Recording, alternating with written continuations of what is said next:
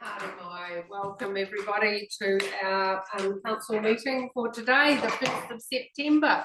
That's spooky in itself, isn't it, guys? But anyway, we will roll through this year. We have got a full morning of presentations and we'll welcome Mark in a minute, but there's just a few jobs I have to do before we get started, Mark, so if you just bear with us. Safety, for those of you that are new to this room today, welcome again. If we need to exit this building out the door that you entered, or the door to my left, and our assembly point is over by the St. John's. We have got a leave of absence previously recorded for Councillor Steve, and I have an apology from Councillor Vince Daly and a apology for lateness for Councillor Pauline White. She may or may not get back to this meeting today, but certainly for the workshops this afternoon. So, but we will record that lateness. So, someone please willing to move that I accept those apologies. Thank you, Brett. Thank you, Robbie. All in agreement to that, please say aye. Aye. As usual, course of action, and because we have a decision item, I will read our affirmation, councillors. We pledge that we will faithfully and impartially use our skills, wisdom and judgment throughout the discussions and deliberations ahead of us today in order to make responsible and appropriate decisions for the benefit of the Haranui district at large.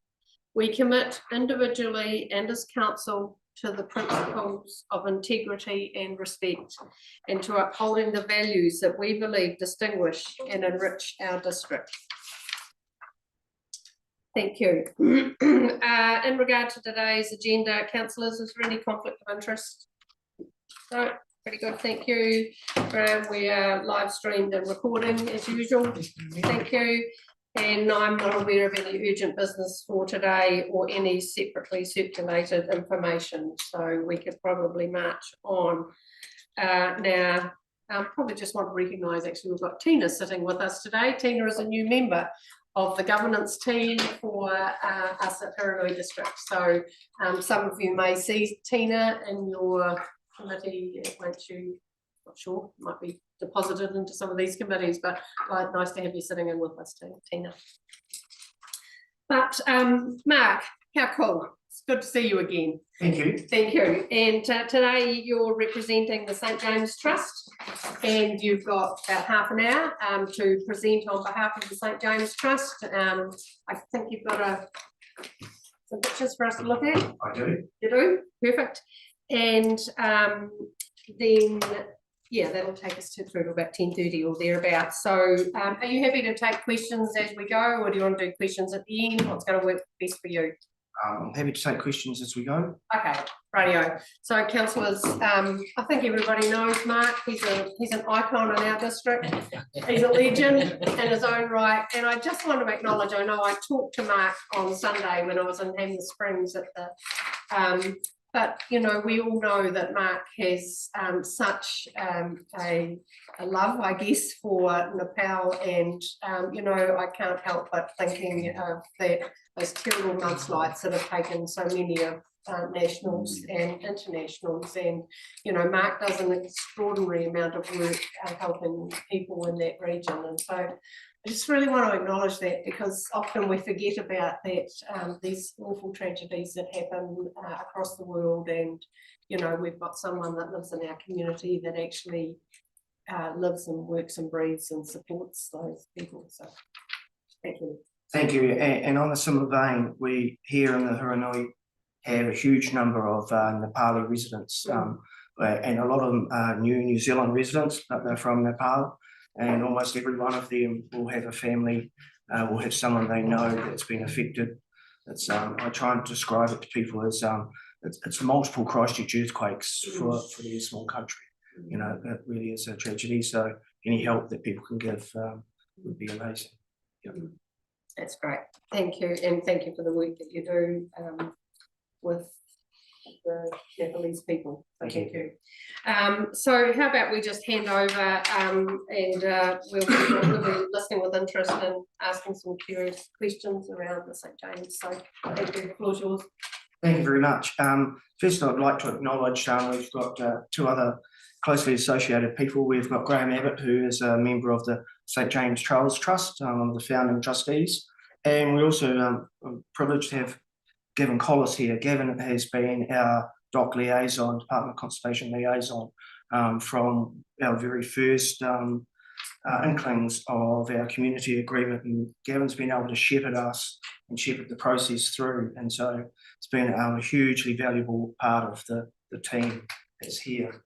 So this is as much a quick update on where we've been for the last year and where we're going for the future, I hope. For those of you that haven't been up there, that's our new map. Actually, it's just up on our website of the St James Cycle Trail. Opened in 2010 as the very first of the 23 Ngaharinga Great Rides. The St James Trails Trust has had a comprehensive community agreement with the Department of Conservation for the last 2 years now, just going into our third year. So we undertake the maintenance, the management, and the promotion of the trail. Up there you'll see there's a couple of a yellow line and a blue line up in the top right. That's the Homestead Run, but also a new one that we're calling the Waterfall Loop that we'll be promoting this year as well. And so it's a magnificent ride in what we call the big country, really. And for those that haven't been out there, a beautiful morning on the Homestead Run. We have, of course, the Cowstream hot pools that are accessible off the trail, just a kilometre off the trail. A beautiful series of 3 hot pools there. We have spectacular bridges. This is Saddle Spur, which is halfway through the trail. Of course, we have our beautiful Lake Guyon. That's also just a quick 1.2 kilometre side trail off the. We do have winter, and it's feeling a bit like winter up there rather than spring this morning, I can assure you, with a very heavy frost. Oh, by the way, if anyone has seen that sign anywhere, if you could let me know, because it got stolen last year. So someone's souvenir, but $1,000 sign. So it's one of the wee challenges. Trail funding. We work on a system and a template that sits under the Great Ride, the Ngaharinga New Zealand Cycle Trails. And so there's an allowance or an expectation of a management budget of $1,500 per kilometre. And so for our 60-kilometre trail, that's a $90,000 expectation that we will be spending and is available for co-funding. Trail management and OPEX, that's another $90,000. And so out of that, what we have is the St James Trails Trust at the moment. We currently access $75,000 of cash for maintenance, of which DOC contribute $25,000 per annum. And for OPEX, we access $75,000, of which the HDC component, we apply that to the OPEX, which is $25,000. So from your $25,000 in total, we can generate over $200,000 worth of income per year. And so for that, we're incredibly grateful. It's the anchor for what we do in creating our funds. We can't do it all on cash, unfortunately. So Middle Peak Limited put approximately $46,000 worth per annum in budgeted costs into the trail. WK Strawbridge, which is our accountants, another just under $3,000. And we've just lit back up our official trail partner program. Currently, we have Hamner Holiday Homes, Visit Nui, Hamner Springs Thermal Pools and Spa, Go Bike NZ, and Hamner Adventure Centre. Together, both in cash and in kind, they bring in over $12,000 of support to the trail. And very much they bring support in so many different ways. And that's the really critical element. We also have specific project and asset grants. Mainland Foundation recently just credited us a grant for $36,000 for a self-loading gravel mover. And Department of Conservation, we work with various JVs with them with storm repair and the likes. And so there are many cases where we can do projects that the department might be constrained and so it's a great association that we have with them. People on trail. Whilst we were missing the Macarthur Bridge, we were having around about 300 people ride the full trail per year. So this is our first season, just finished that. We had Macarthur Bridge reinstated, and we had 1,600 ride the full trail, which is fantastic. I think in the last recorded Department of Conservation survey, it was just on 700 people riding the full trail. So there's a real thirst out there. But we also have a planned increase. We're looking at having 2,500 people this year, 3,500 next, and long term, if we can settle on 5,000 riding the full trail, then we can start really talking some great numbers. We have counters at Mailing Pass there, which really just counts the full trail ones going through. We have a very, very high pedestrian run there at just on 18,000. That's called a Matagauri bush just behind the counter that was waving in the wind. Being a protected plant, it's still there, but I'm trying to shade it in as many ways as possible. We also have a counter at the Homestead Run. The black line is for the riders, and so we're getting about 3,500 to 4,000 riders through the Homestead on the Homestead Loop, which is the easier 14k loop there.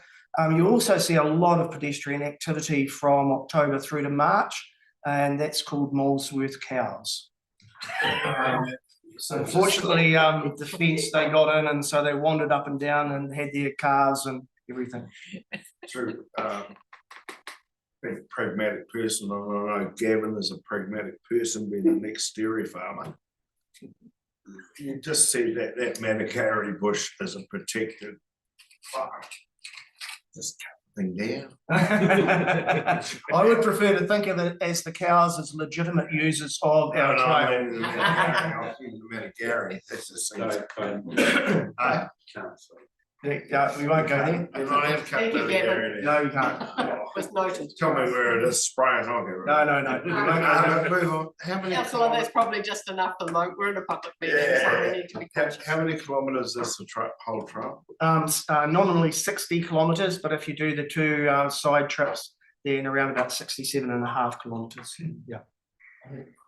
Well, no. How's our infrastructure of support for toilets and things like that, and water points and so forth for our riders and our walkers? We're very fortunate in that as part of our community agreement, the Department of Conservation retained their assets. Yes. And when the trail was put in 2010, Yes.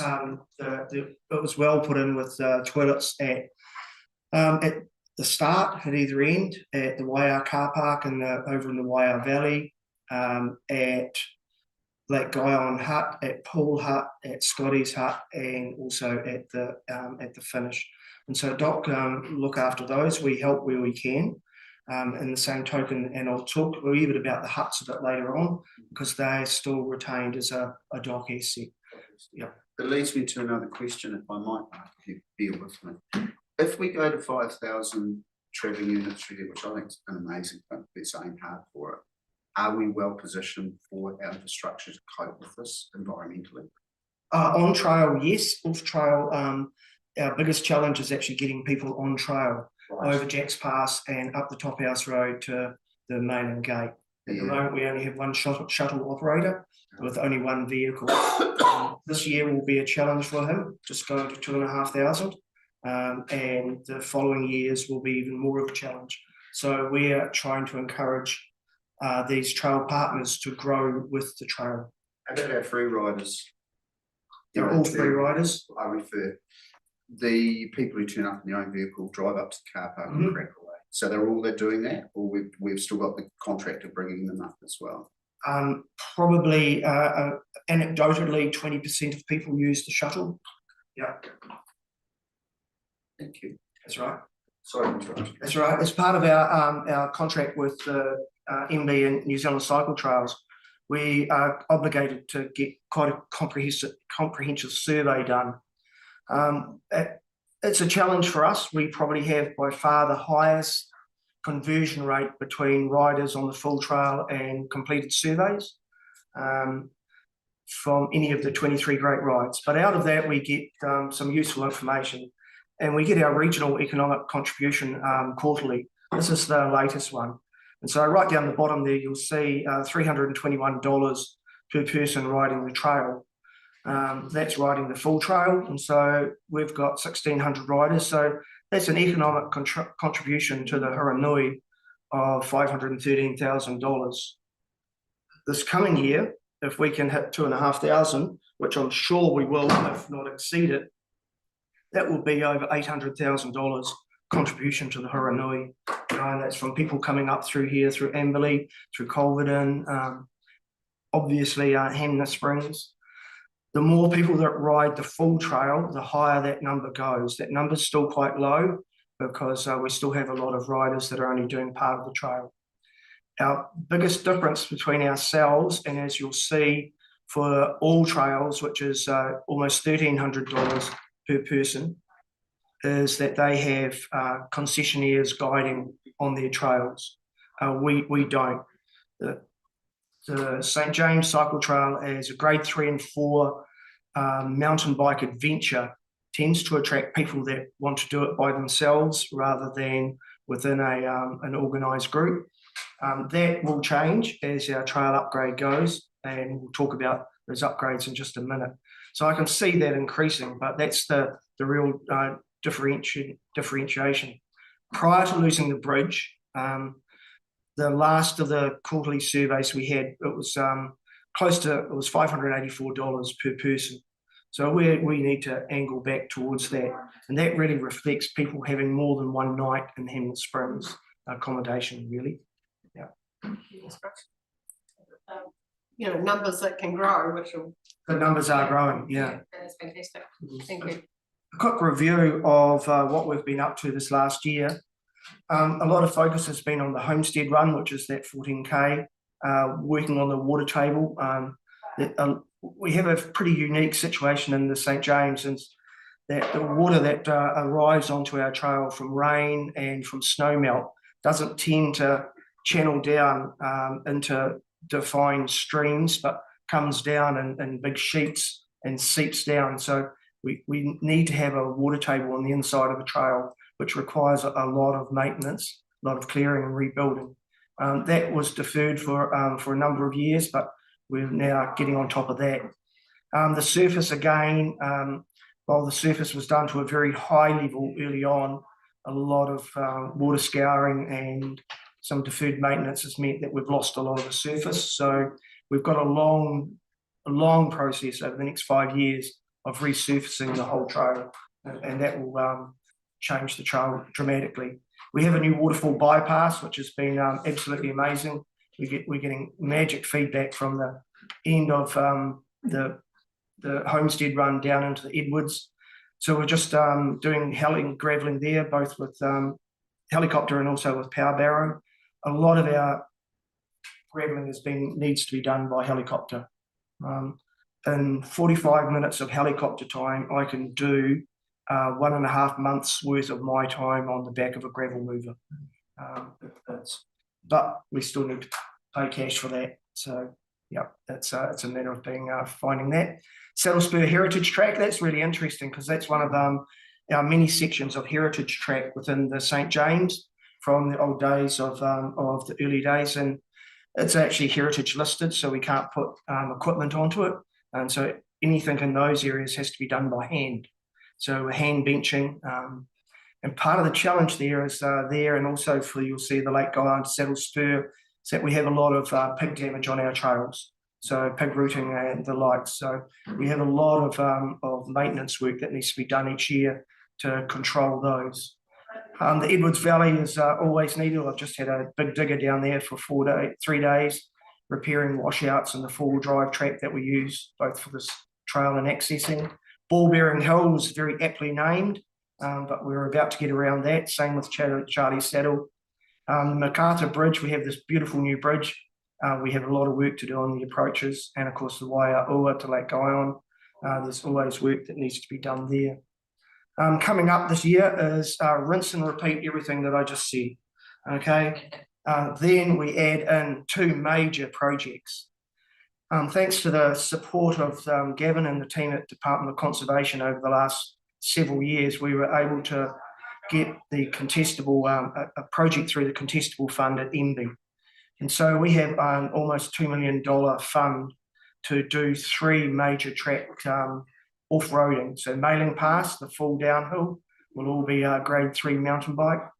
Ball Bearing Hill Bypass will now be a 1.8 kilometre that will have a high level that will join the new MacArthur Bridge to the bottom of Charlie's Saddle and then the whole of Charlie's Saddle. These were trails that were part of the vision in 2010, but we were never able to be realised then. These will be absolutely transformational. People will come to Hemna, to the Huranui, just to ride the Mailing Pass downhill section of our trail, I can guarantee you. You know, it's as part of our surveys, we have a non-promoter score, an NPS, and we run at around about 0.7, which is very high for an NPS. It's higher than Apple, I think. And so part of that is that when people ride through the end, they have a smile on their face.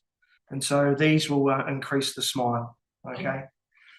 We also have a challenge, and that goes back to the comments earlier around our infrastructure and that we don't have enough accommodation on trail. To build a large hut on trail would be well in excess of $1 million. We've just received a bequest from a Canterbury family for approximately $150,000. And from that, I've been able to design 2 8-bunk accommodation units that will go at Poole Hut.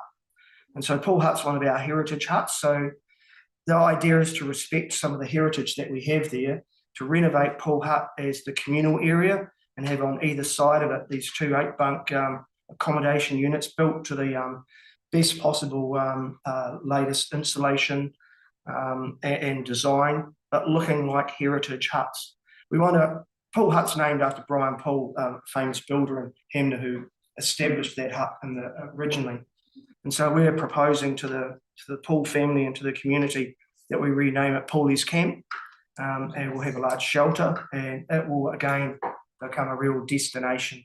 And that's a project that we managed and led by the St James Trails Trust. But really importantly, it will give us actually an income stream. Currently, we can't charge people to ride the trail because it's all on public conservation land.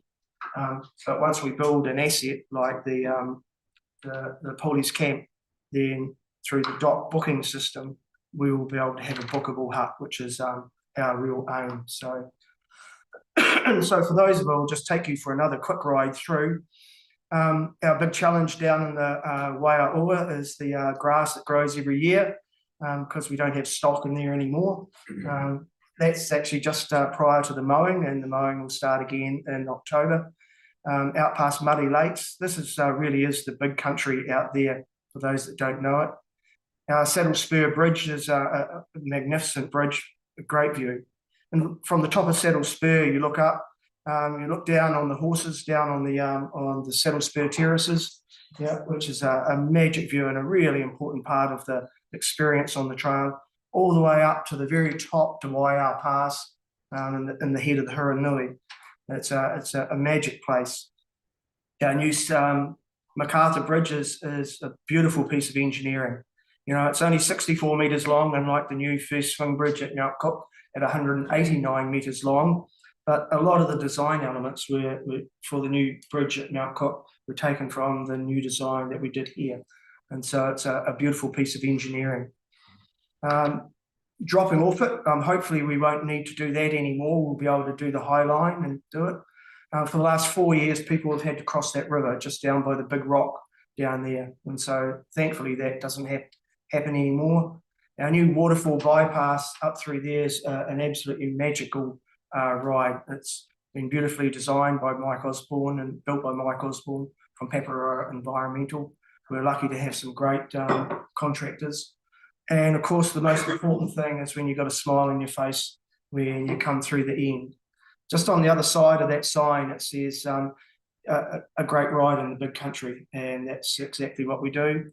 And it's what we do that we couldn't do without the support of the Huranui District Council, your $25,000 from our LTP allows me to leverage a significant amount of money. The more we have, the better, I can assure you. And so, thank you. Thanks for the support over the years. So more than happy to answer any questions. What a great presentation, thank you, and just the photographs are amazing, thank you, Mark, but Brett, you've got a question. Could I just ask, I think it's a great addition with the charges or the charger. Is that in response to questions you've been asked, or is that to expand into a group that you're currently missing out on? No, one of the biggest responses in our surveys for people, why haven't you ridden the trails sooner, is that because they couldn't book accommodation. The 2 little huts that we have, or 3 small huts, are only 4 bunk huts, and you can't book them on the dock system because they're too small. And so by having a bookable hut, it allows people to experience it over 2 days, but have a guaranteed bed rather than having to carry a tent. So I was referring to the e-bike charger. Oh, the e-bike charger? Yeah. A lot of that's just through safety, actually. Yep. And so it's the right places to have it at Pool Hut. 4-wheel drives can't access it, so we have much less vandalism. We have significant issues with vandalism in the Edwards Valley, thanks to 4-wheel drives. Some 4-wheel drive people. We have some fantastically responsible 4-wheel drives in there as well. And so people are riding it now. We do need to be careful that people still understand that it's a grade 3, grade 4 mountain bike adventure. It's not the Central Otago Rail Trail. Yeah. Probably right. So I won't be going. That's great, a great question. So when the 8-bed hut that you're talking about, when? 2 8-bed huts. Yeah, so when do you think they'll be up and running? I'm meeting with the architect. We've done our first drawings now. Once the final drawings that will go to Gavin at Department of Conservation by mid-season at the latest. Yep. So our aim is to have foundations in by November. It's been prefabbed. It's a fantastic connection with Hamner Springs as well. In fact, one of the builders that's going to be building it is Brian Pool's son. Oh, cool. Yeah. Yeah. Always an old name, aren't they? Yeah. Yeah, no, that's fantastic. So look, great presentation, but is there any other questions? Thanks, Tom. Oh, and then Dave, sorry. Yep. Tom, you go. Thanks, Mark. Electric bikes, I would imagine they'll be quite popular on this trip, on this ride, will they? Around about 40 to 50% at the moment. It's only anecdotal. Riders are using good e-mountain bikes. Yeah. You can't use a city bike. It needs to be a good e-mountain bike, and it needs to have a battery big enough to do it. It's long enough that anything with a smaller battery or someone that doesn't know how to use it, they will run out of battery on the way. And the sad demise of Fowler's Hut. That was really sad. We can't get the history back from that, and there's a whole bunch of unique circumstances. But that burnt to the ground a few Sundays ago. At the moment, I think the Department of Conservation will be looking at having some community consultation to see what is. It's a very, very popular area for the horse community to start off over Fowlers, and so it would be something there would be of great value. Yes. Good question. Thanks, Tom. Dave. Yeah, Mark, really want to thank you for all your work you do in the Hamner, just not with the trails and all that. So it's on my bucket list of me and Suckling that we're going to bike this damn thing. So I'm pretty keen to hear that I can charge my bike, because I'll probably have to take a couple. I'm getting a bit older now. And I know you can't charge these people that are biking it body feeders, and they got plenty of money. It's like us on adventure motorbikes. We've got people that ride them have got money. So can you have QR codes and prick their conscience that they've smiled when they've come through a gate, that they can contribute a bit of money to you, not just via a trickle down of spending some money in Hamner? I actually want the direct money. We do. We have QR codes right through the trail that take people to a Give a Little page. Do they do that? What amount of money? What, a few thousand per year. so my challenge is we've got to increase you've got to increase revenue. Correct. So how the hell do you get these people that are getting it to actually contribute? Because otherwise, that other people in New Zealand that aren't doing it, that aren't getting the smile, that are working on struggle straight, are paying for all these things. So the people that are actually doing it and getting their benefit, how do we get them to pay as well? Yeah, I mean, we've only had one rider go through, and because we're in midwinter, so it effectively closes down, but people were welcome to ride it. We had one rider through in the last 2 weeks of August, and he put a $50 donation through, which is what we would see as being an acceptable price. There is legislation going through at the moment to allow charging for activities on PCL, on public conservation land, and so that may well open an avenue. But we're also very focused at the moment on ensuring that the experience meets the expectation. And so, we've probably got another year of proactive maintenance to do, and before we're really happy on pushing the charging really hard. And that's when we'll start pushing the charging hard. At the moment we're still on playing catch up. Yeah. We'll just have a question here from Chris and then a final question from Tom. Oh, and no final question from Robbie. And then we're going to break and have some morning tea together. Thank you, Chris. How much, and you live up there, you talk to the retailers, you walk the streets, get a coffee in the morning. How much trickle down do you actually think is effectively driven by our cycling community? I'm a rider, I go not healthy, I still do heart attack and buster and all that, which is killing, but I still try. The reality is, so the question is, what do you think is the trickle down, those numbers you gave, I know they're anecdotal, but when the riders are there, do you see the community, the retailers, the people on the cash over the till, do you see it increasing from there and just worrying about if we cut off the golden goose, will we affect the retailer? That's the question. In your opinion, you're there. Do you think that that's something we've got to be mindful of? Mountain bike in the last decade in Hemna Springs, both with our anchor trailers at St James Great Ride, but also with our amazing infrastructure of mountain bike trails within Hemna, has really made it focused on Hemna being a trail town. It would be great to see another survey come up soon to have a look at the number of bikes that come in per car, because anecdotally it's probably 60% of the bikes that arrive, cars that arrive on a Friday night have mountain bikes on the back. Okay, so most of those are utilising the Hemna trails. And that's why we have a real focus on actually linking the St James to Hemna Springs with a bikeable grade 3 route eventually, and because at the moment you have to either ride over Jack's Pass or take them over. So in total, the effect of cycling on the Hemna Springs business is huge, is huge, both on a Sunday morning when people are packing up ready to leave, the riders that are there, you'll see outside of every cafe and every bar, you'll see all the mountain bikes lined up. And so it's that combination of both. It's just our riders, when they come back from the St James, are a bit hungrier. And it's thirstier than others. Yeah. Okay, Thank you. I'm just conscious of the time. So a quick question, Tom, and then a quick question, Robbie, and then we'll wrap up. Thank you.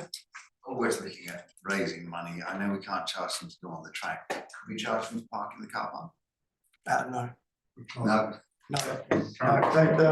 They've tried that at Mount Cook, but we're not quite Mount Cook yet. No. Yeah, so it's been the busiest year we've seen this season, and the car park's been over full on many weekends. So yeah, Good idea though.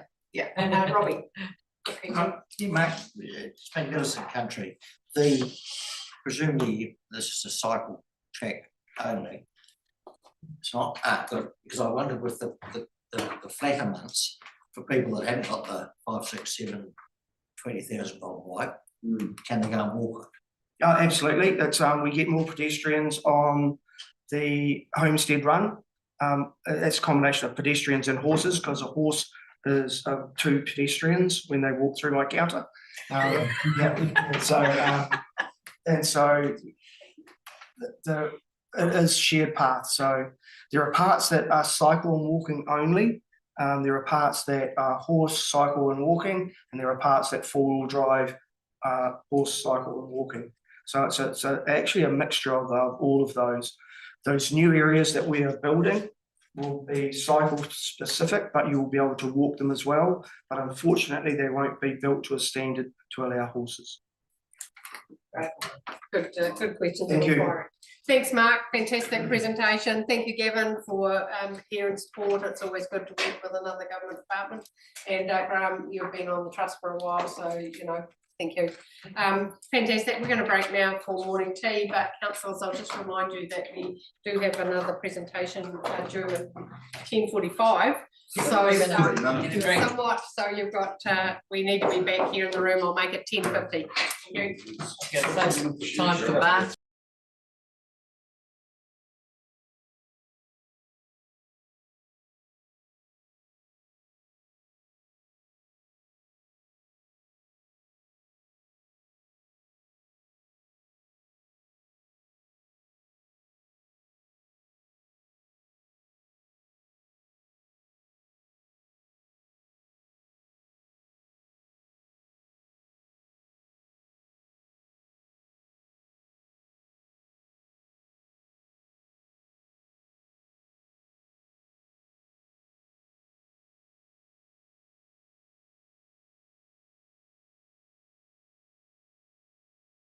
Sponsorship.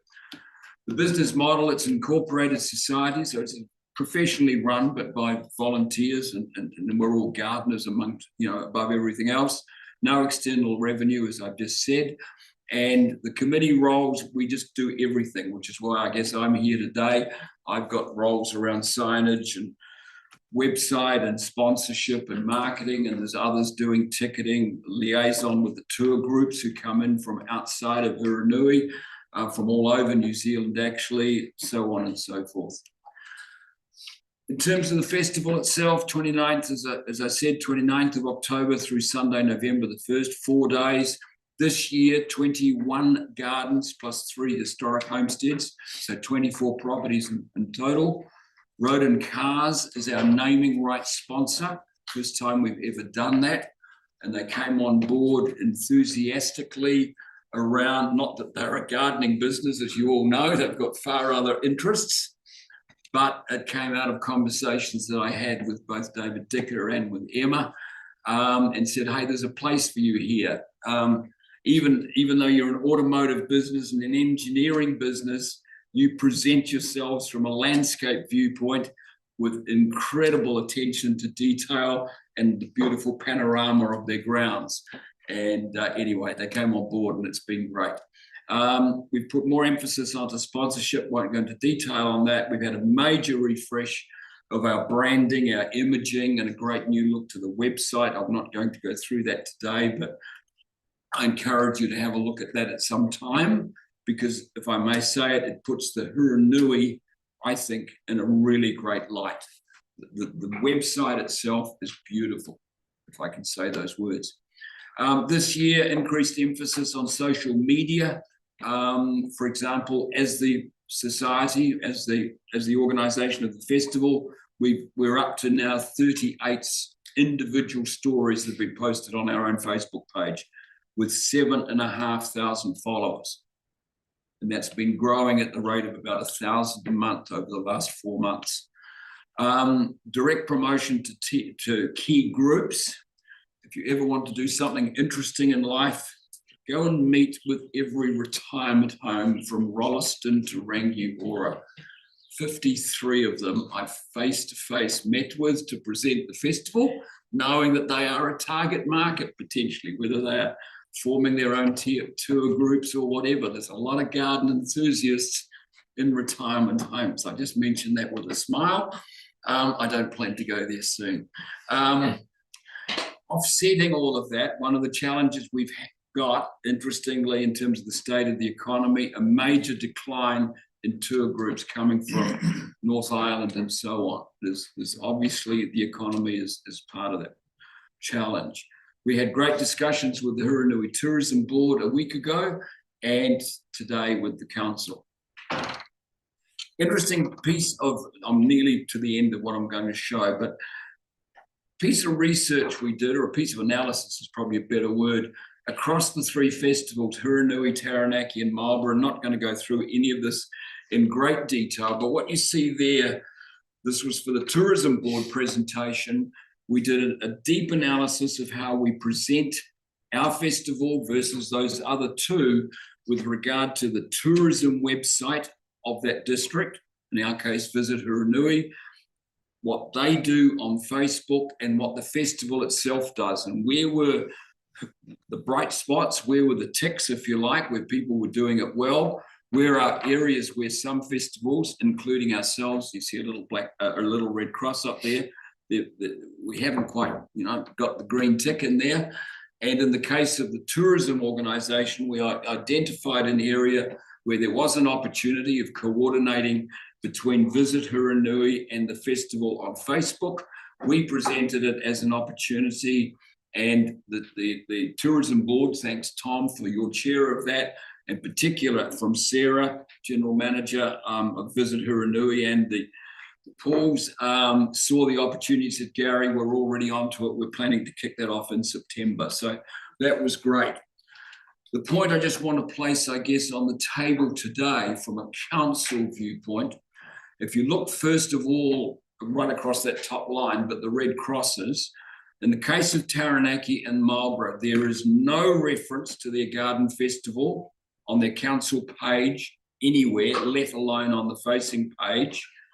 And on their council Facebook page, no reference at all to their festivals, hence the red crosses.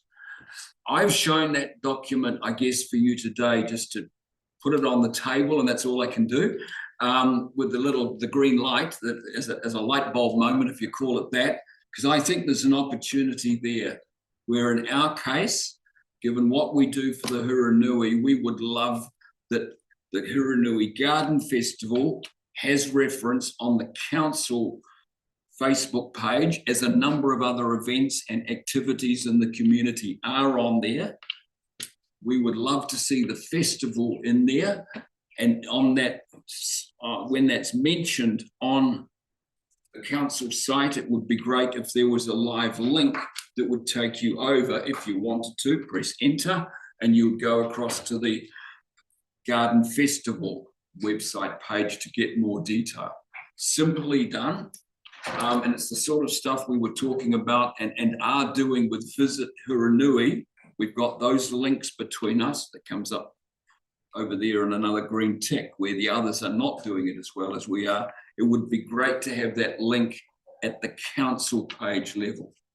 And extending on that one stage further, if I may suggest it, and it's all I can do, for your consideration, is that the council Facebook page itself, which the council does really well with all of the stories and whether the little film clips or a photo and a story that of what's going on around the community, what the mayor may be doing in terms of meetings here, there, what's going on in water activities, what's going on in other promotion or community activities.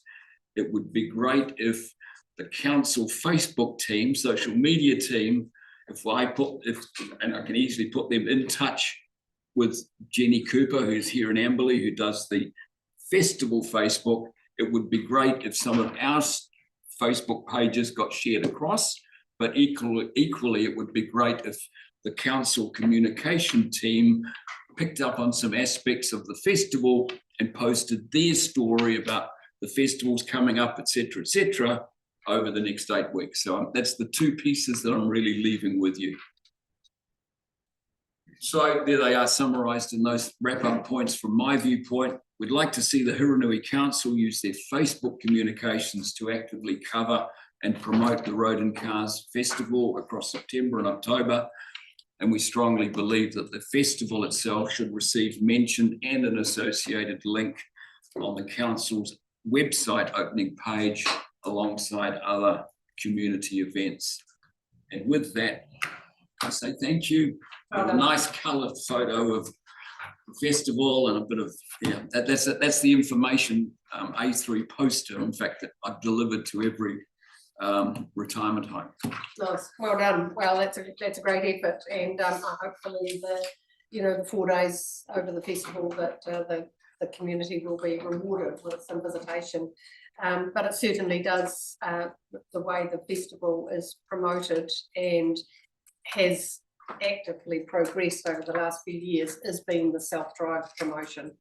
People can they can arrive at the garden, they can talk to the garden owner and have that really sort of grassroots experience, excuse the pun. But yeah, so it's fantastic, and it's really is a great showcase of so many people that have got so many skills in this area. So it's fantastic.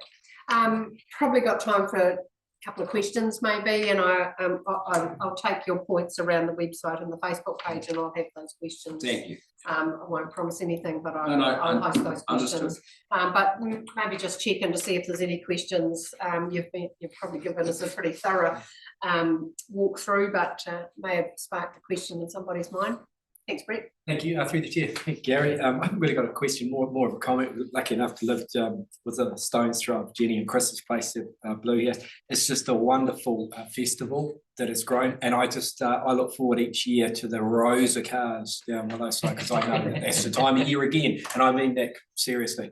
I think it's a fantastic showcases the Huranui district, and I would have thought any support that we could give for that would only be a good thing. Appreciate it. If I could just add to that, one of the things we promote, like I met yesterday with a retirement home face to face in Rangiora. I'm meeting with the Rangiora Garden Club this afternoon. One of the points we make is not only to visit the gardens, but use the local facilities, particularly food and beverage. Waipara Wine House, the new operation, the way they're now getting that into shape, is a gold sponsor for the festival. And we're working to make sure that we're going to write stories to publicise to people who are coming here. When you come, make sure you drop in there and see the best of, Waipara wines and the gorgeous food they have. Because when people come to visit, if they try to do 4 or 5 gardens in a day, they need to stop and eat and drink somewhere. Yeah, that's right. So I just want to mention, it's not just for the gardens themselves, there's an economic flow on to a lot of local businesses. That's right, and I think that advertising the booklet alone, And they're in there as well. exactly, really has grown. Having been a first time garden in the first year of this, the festival, the coffee shops and the other aspects of our district is certainly has an opportunity over these 4 days. So fantastic, great point, thank you. And just a quick question. Very quick, thank you, Madam. Gary, nice to see you. Gary, you informed right at the beginning of your presentation that you're getting some climbing in your database numbers. Some Increase in your database numbers. and on our Facebook page particularly, yeah. Okay. Big growth. Are they feeding through to a database for you guys to operate from ongoing? Not yet, no, not yet. Opportunity, but not yet. Good We have a database of a number of places like the garden tour organisers across the country, and there's some other networks into Christchurch on that. We're well linked into a number of garden operations like Portstone, obviously Oderings, and garden places outside of Canterbury, but we can always grow the database, and there is work to do on that. So thank you. Good luck. Okay. Brilliant. Thank you all. Yeah, and I hope the weather treats you well over the 4 days, because I know typically there's always a horrible nor'west that comes in amongst those. Either amongst or beforehand. That's Yeah, the that's thing. right. So fingers crossed for a fantastic festival. But thanks for your time today. Okay, thank you all. Thanks. Good Thank you. idea. Thanks, Gary. See you in the garden. Yes. Oh, is yours on this year? Yes. Of course. Yep. I'm in the garden. Hey. I'm in the gardens. Rightio. So we'll just take a moment to Right. Yep, I just left that there. transition over to our next presentation. We've got Rob.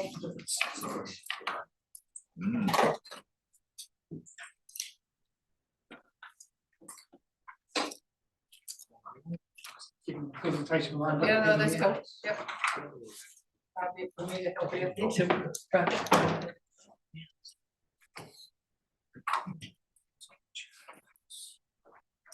Right. Got onto the meeting, Graham. But I'm not sure how I share my presentation. I know that feeling every day. Same, but just slightly different.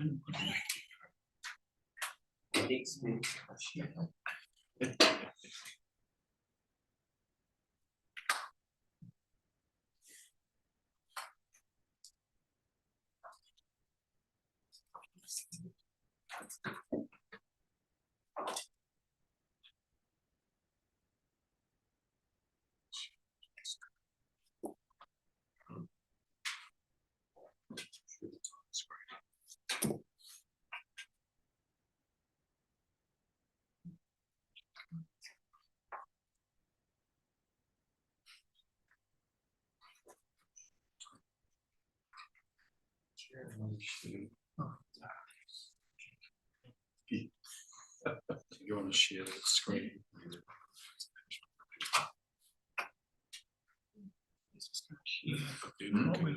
It's coming. Somebody started sharing. Yep. Sharing. Confusing, no sharing.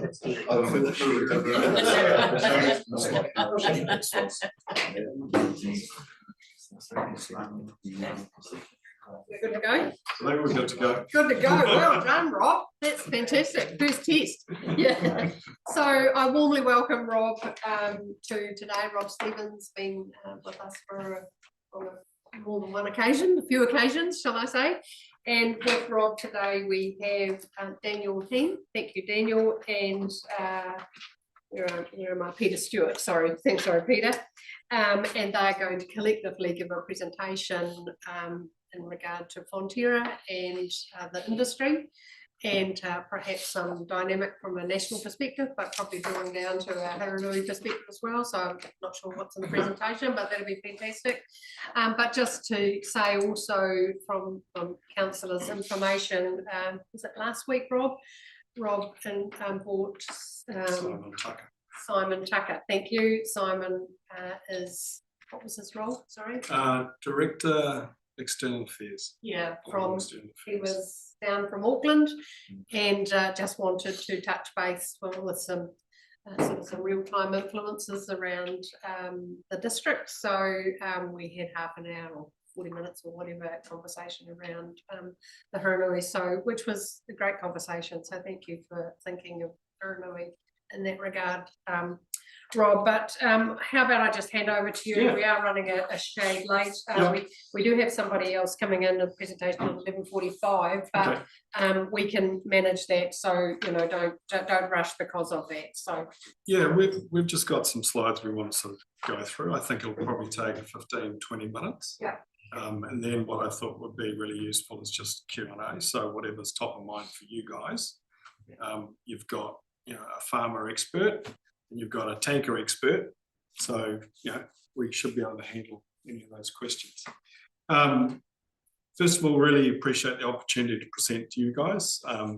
Councils for us are a real key stakeholder. We're a co-op, we've been around for 150 years. So our staff, our farmers are your ratepayers, and having I like to call it an adult relationship with council is really important, because if you don't have a relationship in peacetime, you don't know who to talk to when things get hot. And that has certainly been some of the conversations that we've had. So sort of today, maybe I'll get Daniel and Peter to introduce themselves, but then we'll just go through overview of dairy, Haranui facts, a little bit around Fonterra. Peter's going to focus on the RO plant in Culverden and how important that is to us as a strategic asset. Then Daniel's going to talk about Farm Source, and then we'll open it up for Q&A. yeah, sounds fantastic. Do you want to introduce yourself? Cool, yeah, so Daniel's, I'm the regional manager for Farm Source for North Canterbury, so basically look after from the Rakaia River north to Culverden essentially. So in my team we've got milk supply, so farmer relationships, signing up milk, making sure that keeping our farms happy. We've also got sustainability function, and then retail. Hello, I'm Peter Stewart. I'm the Transport Operations Manager at Darfield. Look after our tankers and staff in fleet services part of the business from Darfield through to Takaka. So a wide geographical spread of our team. That's great. And actually, just of course, we've got 3 councillors not able to be with us today. So yes, just acknowledge their absence for today's meeting. So, floor's yours. Thanks, Rob. Thank you. So one of the things we always get asked about is sort of where does dairy sit economically for the country? And so when you look at our export profile as a country, about 1 in 4 containers that leave New Zealand are as a dairy container. Not all Fonterra dairy, but there are other companies that are also exporting dairy, which is awesome. But if you add up the next 9 export markets or export industries, it sort of equates to what dairy is. Dairy as a whole employs about 55,000 workers, and so that is direct employment into the industry. That's either people on farm or people in factories, but it's not all of the support services that aren't included in that. So the electricians, the dines, transport companies, all those guys. So it is a significant industry, and depending on where you are, if you're in Waimate, 1 in 3 jobs is in the dairy sector. Here it's not quite that high. And then, our funds go back into the communities that you guys operate and represent. And so there's quite a large chunk of cash that goes back in, and we had the capital investment of our brands business earlier this year that was about $3 billion that went back into the economy, which was really cool. Where does New Zealand sit as a global producer, right? So, we produce about 3% of the world's milk, but we account for quite a large percentage of dairy that is exported. So if you take global dairy at 100%, about 7% is traded internationally. The vast bulk of it is consumed behind borders as fresh dairy product. So we play as Fonterra, or as the New Zealand dairy industry, we play in that export sliver. And so that's only 7% of global dairy production. And New Zealand is at, it's like what, number 8, number 10 in terms of production, but we are a big player in that export sliver. And that's because we're good at growing grass, and our farmers are really good at converting that grass into milk. And Peter and his guys are really good at taking that milk to factory, and we're good at turning it into products. And so that sort of underpins the importance of dairy for us anyway. The other piece, maybe Daniel, you want to talk a bit about the slide.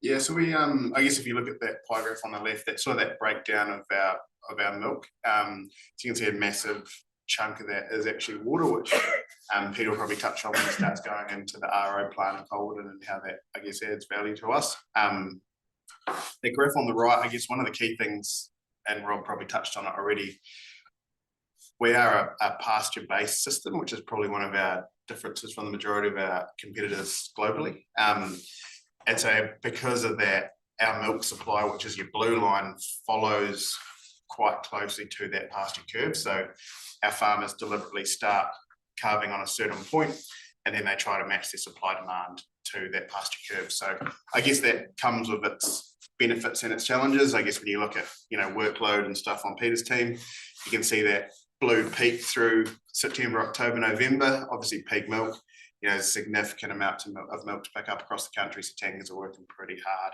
We've got to be pretty efficient with our collections. So yeah, it comes with pros and cons. So getting into Huranui, 1 in 11 jobs is in the dairy sector, right? And so the vast bulk of those are on farm.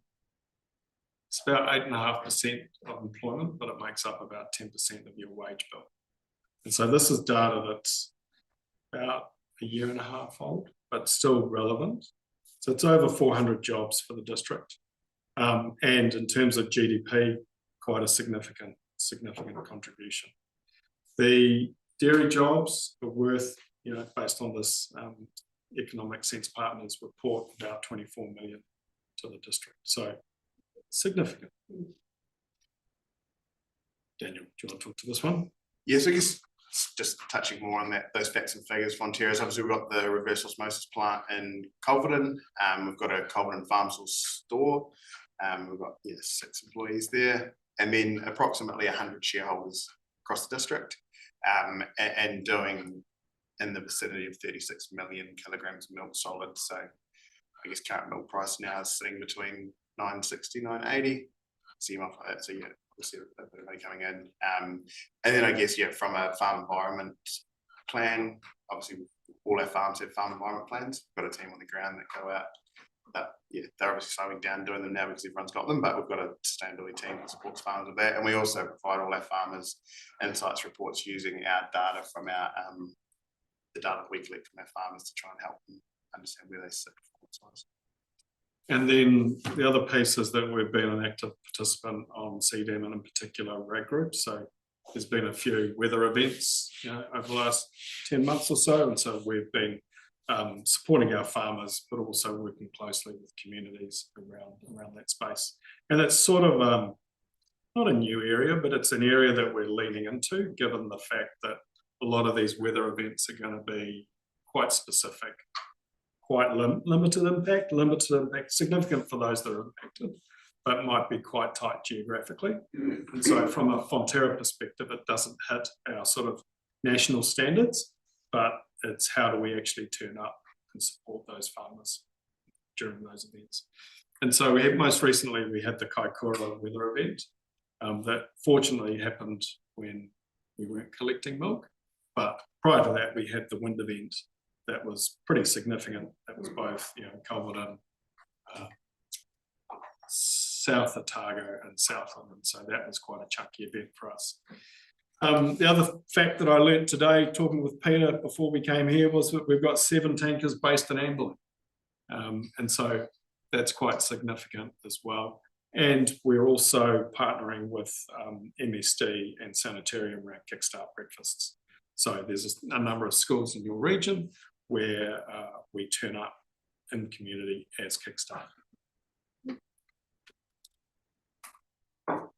So, we're a co-op, about 12,000 employees. We export a lot of dairy products out of New Zealand. 95% of our production is exported. We don't have consumer business in New Zealand because we've sold that, but we'll talk a little bit about that later. Really, our purpose or our vision is to be the source of the world's most valued dairy, right? And so for us, that's about making sure that we are extracting the optimum value, and we're calling it now the perfect bucket of milk, out of that perfect bucket of milk to return back to our shareholders.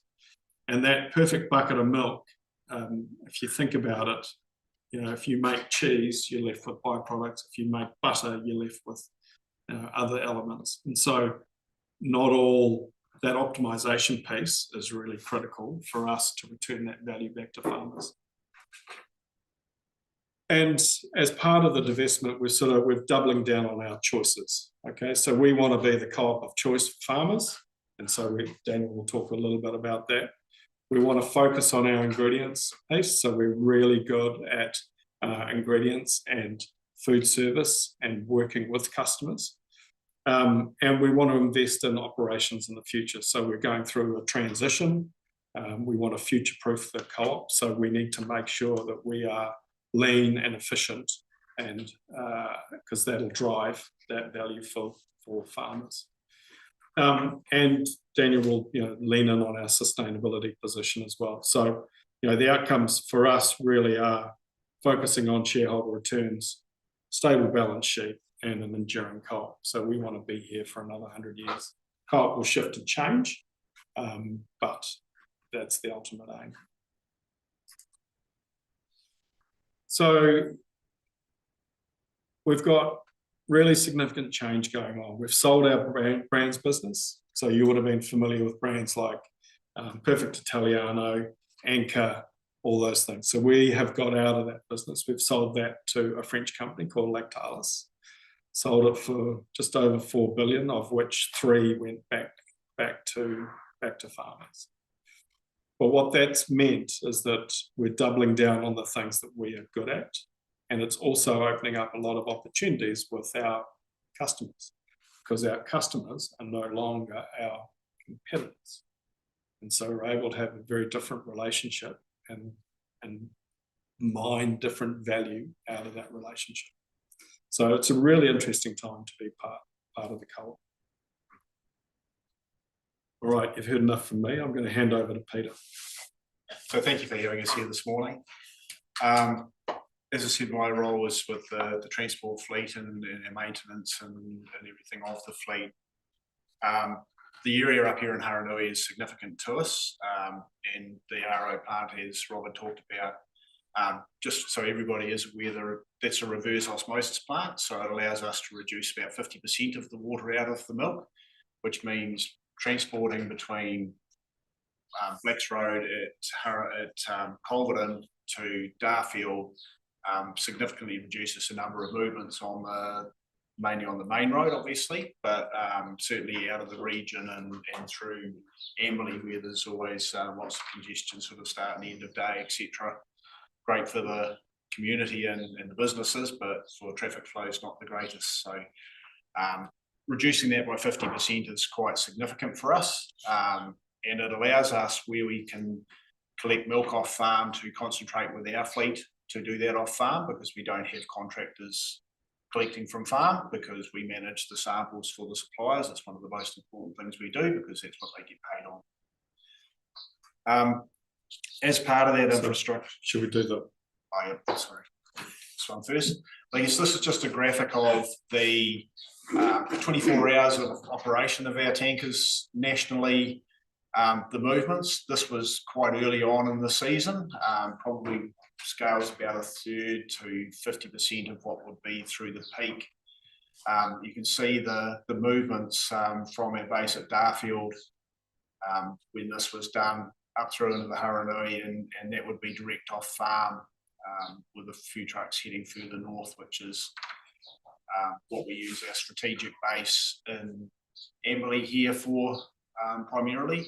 It allows us to stretch our tankers direct off farm as far as Picton, Rye Valley, through to Tapawera, etc., with those trucks based strategically up here.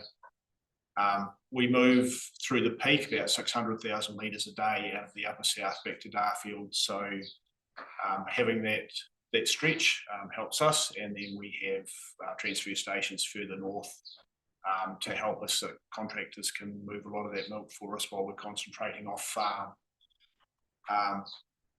The actual asset there at Culverden is very strategic for us. It's a piece of kit that we've invested in this year quite heavily to allow us to utilise more milk through that asset. Ideally, the aim is to, one, reduce our carbon footprint, reduce costs for us as far as the transporting of the milk. If we've only got half the number of movements, it's quite a significant distance between Culverden and Darfield being our nearest processing plant. It also allows us to have that water available for irrigation, so that's irrigated locally, so helping that growth, etc. So we've invested there with supporting that as well.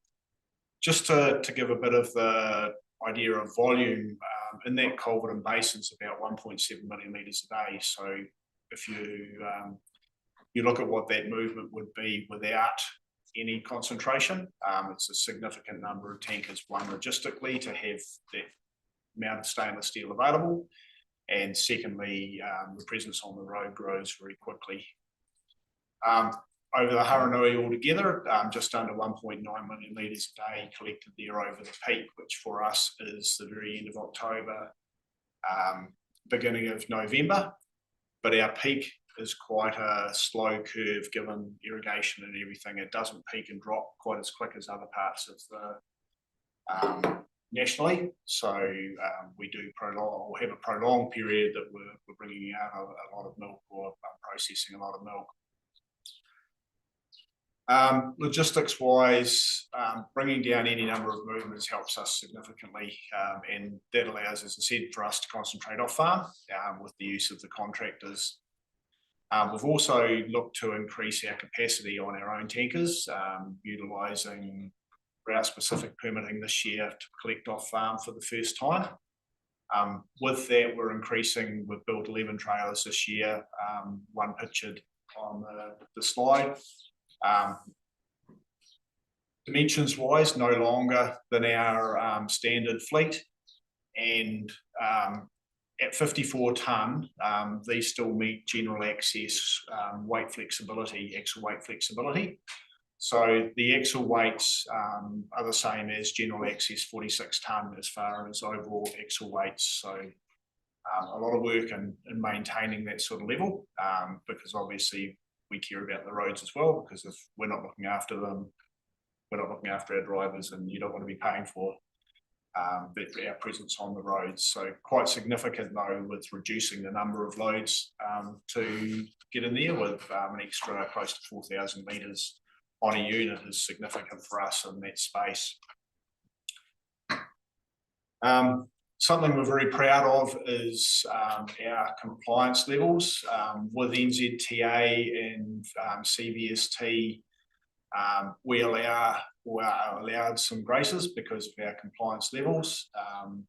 4 speeding tickets over the tankers over 12 months nationally, so covering 23.7 million kilometres. And that's a reduction of nearly 10 times what we were before E-roads. So the significance for us of E-roads is, as you're aware, when a tanker's coming up to, or any vehicle's coming up to a posted speed sign, with E-road, once it goes through that speed sign or that area, it gets noted. So it's something the drivers are always watching for, because they have a lot of pride in their scoring in there. E-road have a scoring system that comes back to the drivers, so they can either be from 1 to 5 as their class rating. We're very proud of that by the end of last season, which is our first full year of operation with E-road at Darfield and Amberley and our Upper South team, we had that down to class 4 and class 5 drivers only, which returns cost savings for us and fuel usage and what have you, but also compliance in these spaces that we're very proud of nationally. We have monitoring systems in the trucks also to support the well-being of our teams. We run both E-road, which is awesome for us post-event to be able to support our drivers, because often as sort of non-professional drivers can be, if we're involved in an accident, we can actually give feedback to the driver straight away instead of going through an investigation, and that has proved extremely valuable for us, because when someone's involved in an incident, it's not a happy time for them, and to be able to go back, view that footage and show them that they've done everything they possibly could have is very reassuring for them and the family, etc. So that's been a fantastic asset to us. We also run Guardian Seeing Eye machines, which are a fatigue monitoring tool. It monitors the eyes, so it's not Big Brother is what the drivers thought of first, but it does alert the drivers if they close their eyes for 1.5 seconds, the seat will vibrate and quite a sharp alarm in the cab. It's a great tool, if that prevents someone from potentially dozing or alerts them to that, hey, you may be dozing, that's great for us, but we don't stop there. We also have an intervention plan. So at present, while we're developing tools to give us assurances that the driver would be okay to get back, our process at the moment is park them up and pick them up. And when I say pick them up, we will deliver them home unless they're pretty close, etc., and then collect them and what have you. We have a follow-up process with one of our occupational health nurses following that. And although there was a bit of pushback from drivers initially, some of the people that have been, that are using the likes of CPAP, etc., their fatigue levels have dropped and just it's been life-changing for them. We still have some naysayers, but we also have a lot of people that are actually finding that it's been a great contributing factor to the way they interact at home and deal with their potential fatigue, because working through the early hours of the morning is not an ideal time, but it is operationally required for us just to meet our requirements. But some really good processes to be able to support our people. I'll hand over here to Daniel. Cool, yeah, so we did say we'd leave time for So you've got 7 questions, so I'll try and push through this quite quickly. So I guess, yeah, so Farm Source, probably got 2 key things we're really trying to focus on, and that's delivering the strongest farmer offering. So obviously we compete for milk with our other New Zealand dairy companies, so there's a few around. So trying to make sure that we do have that strongest offering and that we are making sure that the tools and services and the things that we offer our farmers are what they need, and it's going to, you know, make them want to stay with the co-op. One of the other big ones, so one of the things, sorry, that's happened in the Hiranui district, we've got an additional headcount in our milk supply team. So when we compare ourselves to our competitors, the key relationship managers that we have on the ground, the number of farms that they have relative to other dairy processors is a lot higher. So typically we were sort of one relationship manager had 240 odd farms, compared to, I think our competitors are in the 50 to 70. So we've added extra across the whole country, and there's one specifically in this patch come in, so they'll service basically Waimak North to Colvin, and so their numbers will be down to around that 150 per relationship manager. And then the other one that's really big at the moment is around that building on our sustainability position. So a new initiative that's come out this season has been in and around a customer difference payment, which is fully funded by, you can see there, Mars and Nestle.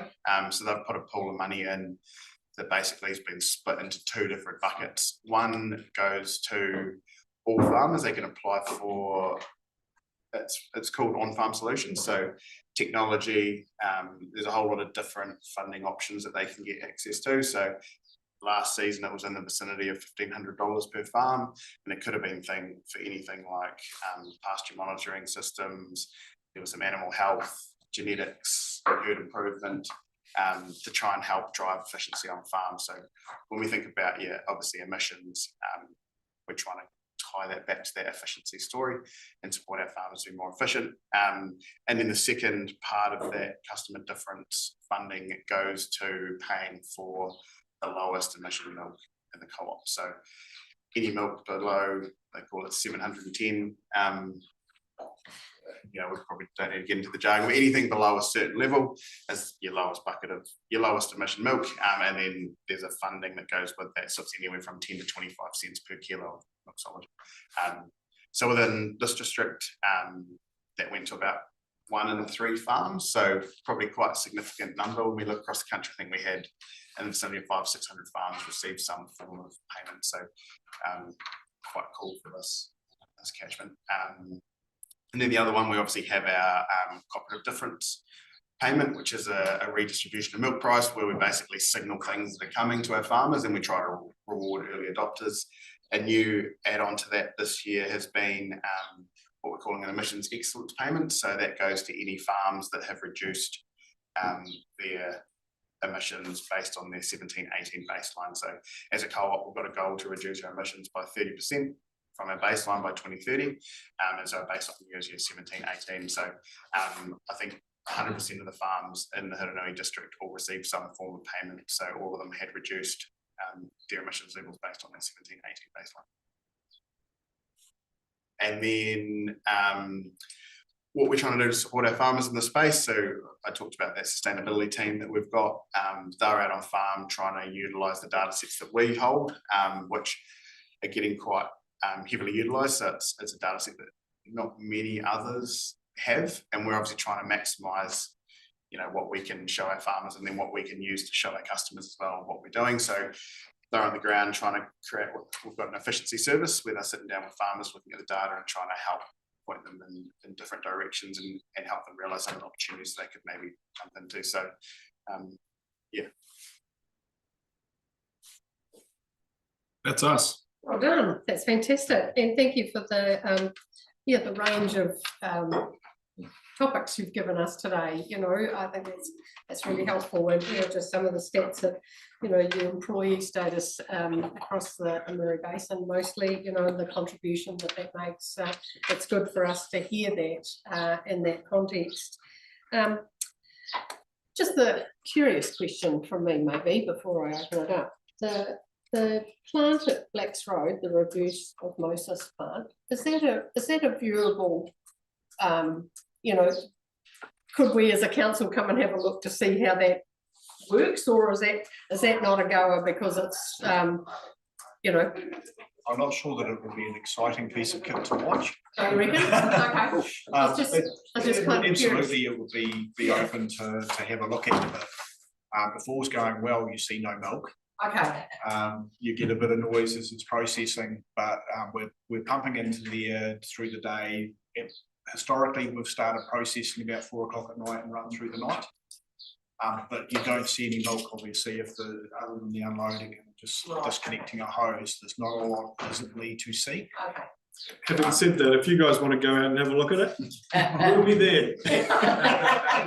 I'll leave that with council and they can give it back to me, but I was just, you know, sometimes it's actually really helpful to view a plant of that that significance from your business perspective, and councillors may, you know, they can just come back to me, and if it's of value, even though limited viewability, but so it is remotely operated from a control site at Dartford. Yeah. So it's quite unique. Yeah. In the sense that it's using a lot of, but as Peter says, it's not a very exciting. Dartford might be more interesting. Okay, that's cool. I was just Yeah. curious. I was just No, curious. if you want to see it, we're happy. Yeah, okay. No, that's So we cool. have very engaged operators, what have you, that love to talk about their plant. Yeah, Who sure. would love the opportunity, but I'm not sure that it would be Okay, a that's fine. exciting place to Yeah. visit. Okay. It's just my curiosity got the better of me, and so I thought I'd ask. How about we open it up for questions? But your presentation's been fantastic. Thank you. Any questions from the floor? Thanks, Robbie. Yeah, I'm interested in sort of resilience in the future. You sort of think where DRN was 50, 60 plus years ago.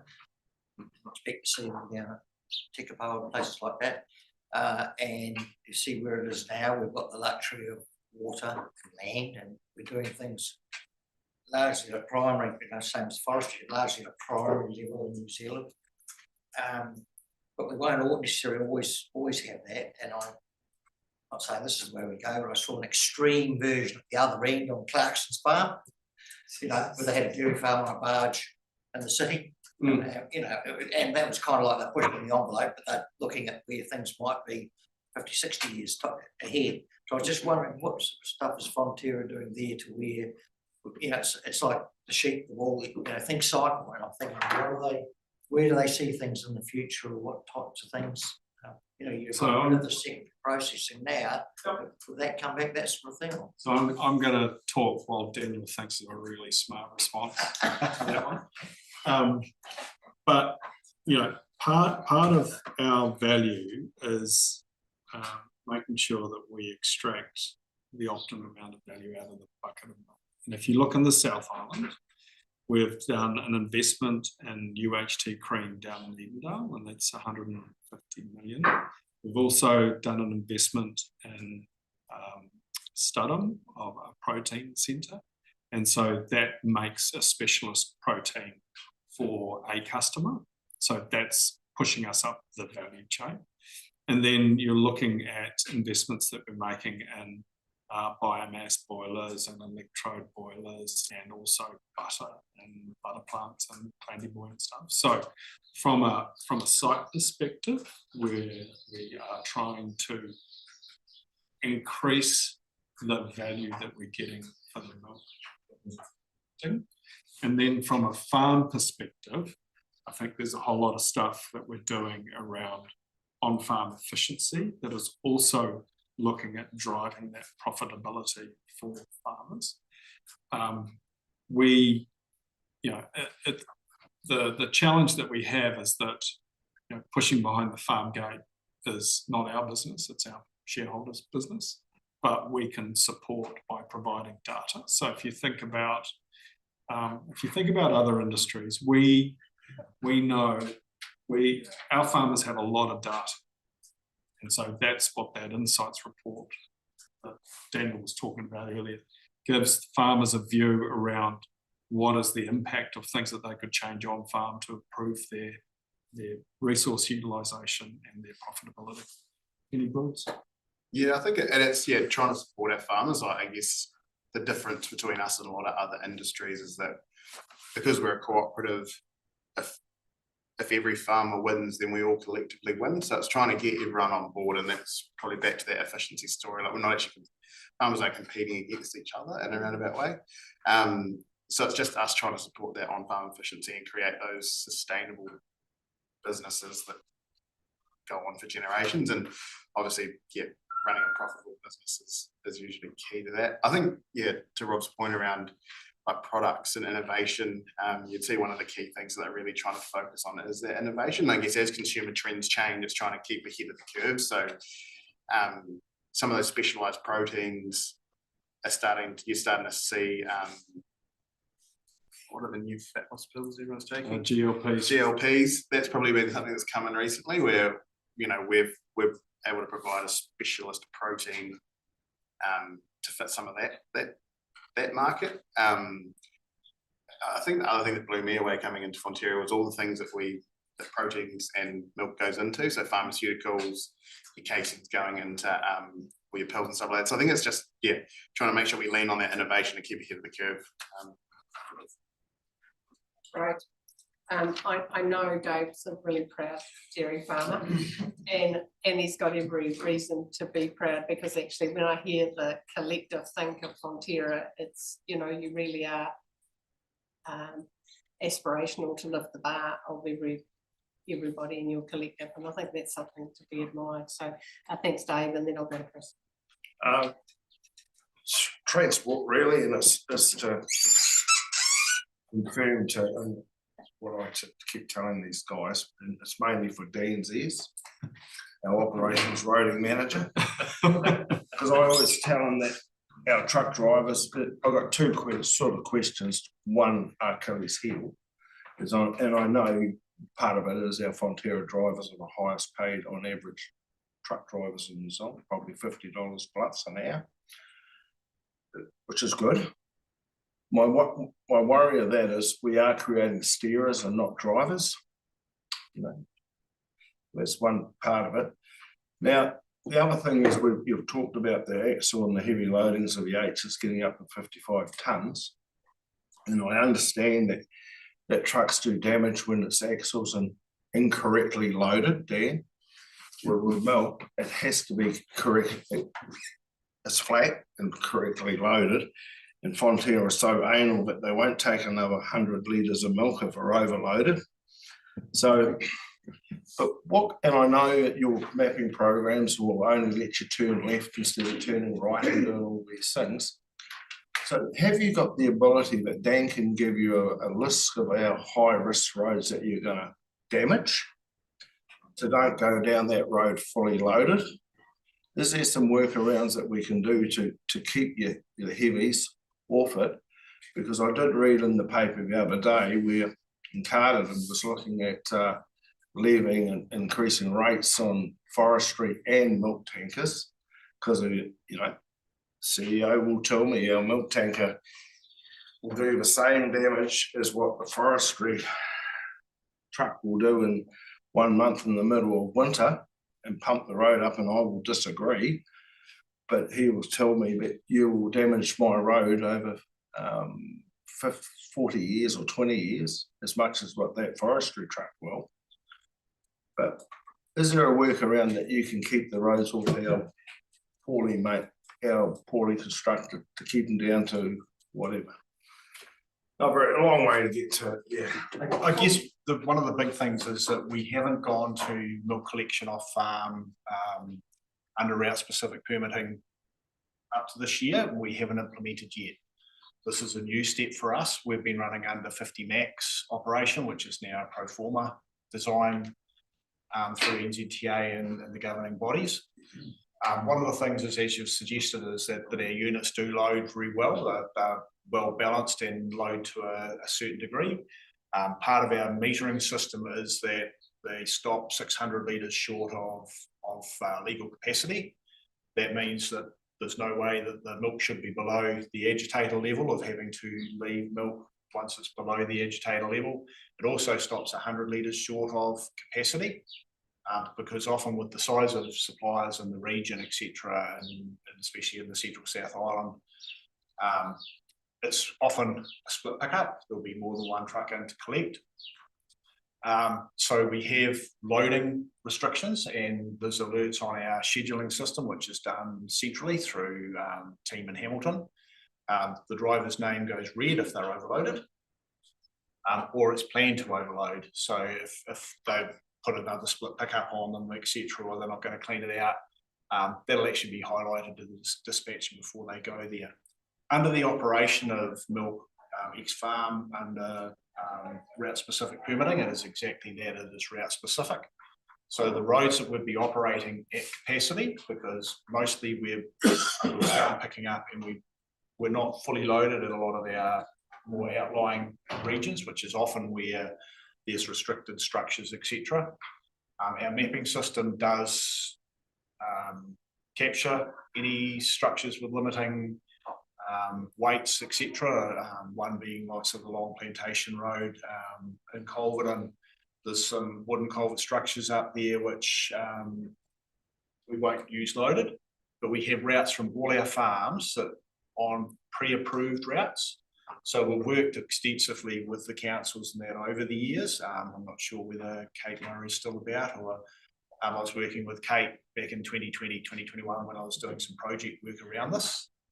And it was through our connections with the councils and with Rob and that, and those relationships that we've been able to work very closely. And if you went into the route specific maps, you can actually pull it out on the NZTA website, and the Central South Island region is very extensive in those routes because of the relationships we've had and proactive work with the councils.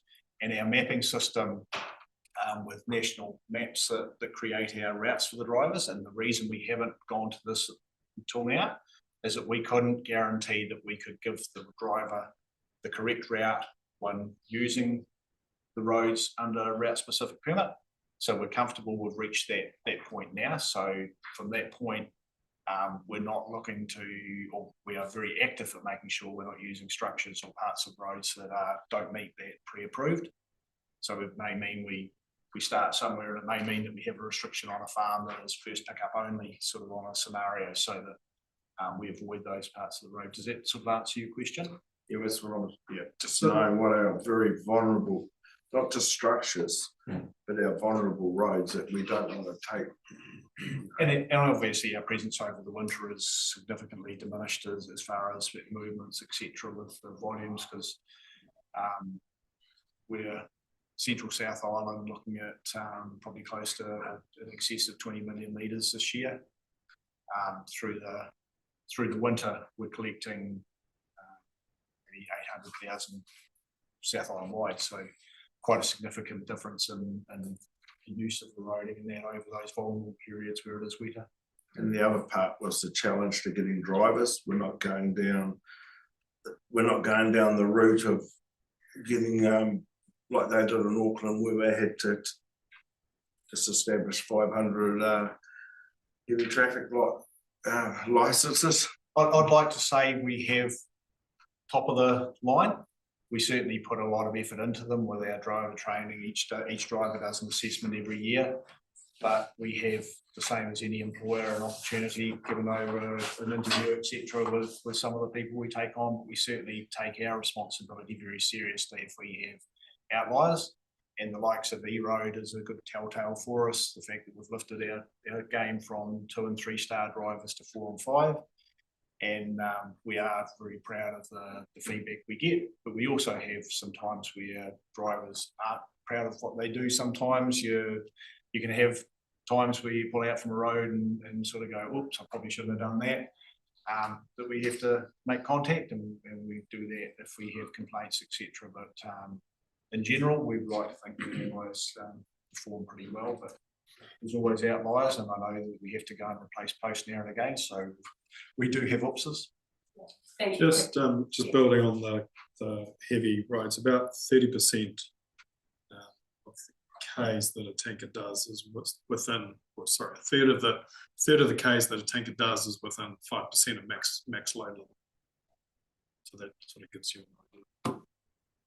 I mean, I guess the challenge that we have is that our maintenance budget, you know, and levels of service and all of those requirements that we need to meet are sometimes exacerbated by, you know, life, you Correct, know, yeah. and collective roles that we all have within our community. But, you know, that maintenance budget for us is a significant investment, but, you know, we could always invest more, but it's actually comes at the burden of our collective ratepayers. So I think that's, you know, part of the ongoing discussion. Yeah, that and we continue to have. we're happy to have those conversations. Yeah, that's as cool. well. I've got Chris, sorry. It's a Michelle, very straight Chris, question, quick gentlemen, very fast, very short question.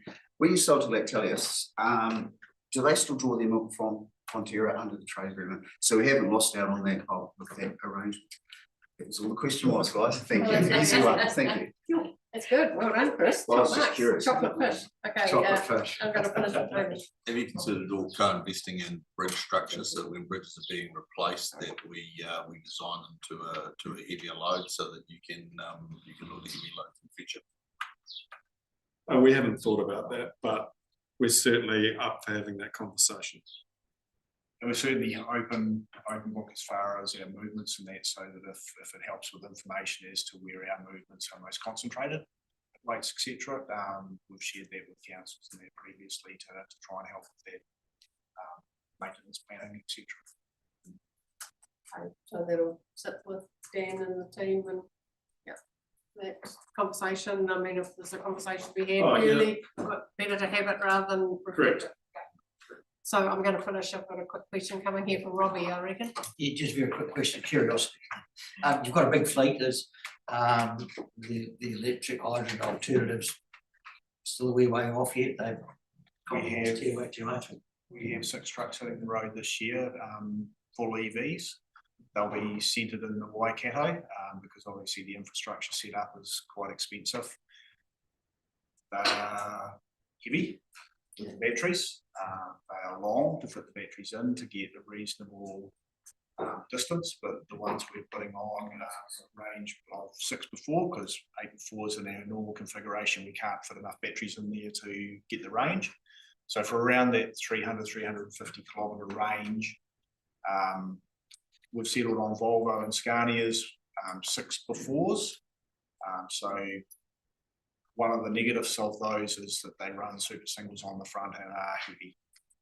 So a limited piece of work in there. And we've tried another configuration of what they call an 8x4 Star 4, which is a steering axle on the front and a steering axle on the rear to try and distribute weight better as a trial. So how those 6 trucks go, they're in the build at present. So once they hit the road, it'll be a real learning curve as to how well they operate. They'll be working between a base between Waitaha, Aotearoa and Te Rapa. So we'll get quite a lot of activity, so we'll be monitoring how they go, but they'll be on the road by Christmas. Great. Thank you. Thanks, councillors, for those questions. Rob, Daniel and Peter, thanks very much for coming along. It's always good to get a bit of an update and a flavour of what's happening in the world of Fonterra. And, you know, we do have sort of mutual pathways on those roads that we maintain and you deliver services, you know, and add to the collective value of the Haranui district. So thanks for your presentation. It's been well received, and we'll look forward to when we can do it again sometime in the future. Thank you. Thanks, team. Thank you. Have a good day, guys. Yeah, thank you.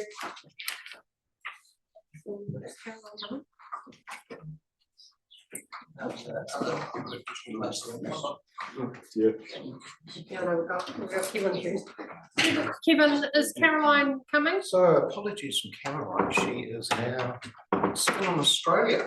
Oh, okay. She went on a business trip, which unfortunately sort of got extended out. So she trying to import plant settings took a bit of time, so unfortunately just got me. The B team. That's fine, Kevin. We have allocated 15 minutes for this discussion. I'm sorry, no, again. No, we've allocated 15 minutes for this, so if we've perhaps if you take 10 minutes of that time, and then I'll open it up for questions. We are running a wee bit late, and we've got another presentation coming in the 10 past. So That's okay, that's fine. So it's just think, as I say, apologies to Caroline first of all. It was just an opportunity to come in and talk about the coastal group in terms of what we're doing, what we've done, etc., and the values of our coastal area and Texas. Just a bit of background, formed in January 23 to fill a gap in coastal management. We work with other environmental groups, and we have now got strong links to Department of Conservation and ECAN staff. It's always interesting how things get a format all on their own. So those are the main objectives, which obviously protection of natural flora and fauna of the coastal environment, undertake predator control activities, and promote sustainable forms of recreational activity, in particular walking, cycling, horse riding, etc., and so forth, education in coastal issues, values and biodiversities. So that hasn't come out very well. I tried to get a better one, but our area of interest, actually that's a red line, probably better to describe it here, goes from rocks north of the White River, which is the end of Pegasus Bay, down to the boundary of the Council of Ashurst Beach, is about 1.3 km past the entrance of that beach area there. So includes stock stewardship land areas, HDC reserve areas, LINs, hydro parcels, and other public land, but mainly it's vast bulk of it is dock land and significant amount of LINs land as well.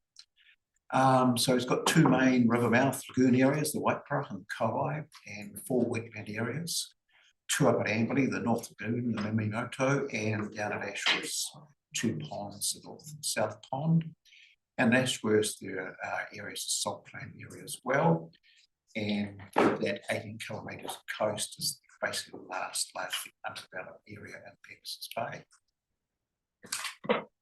So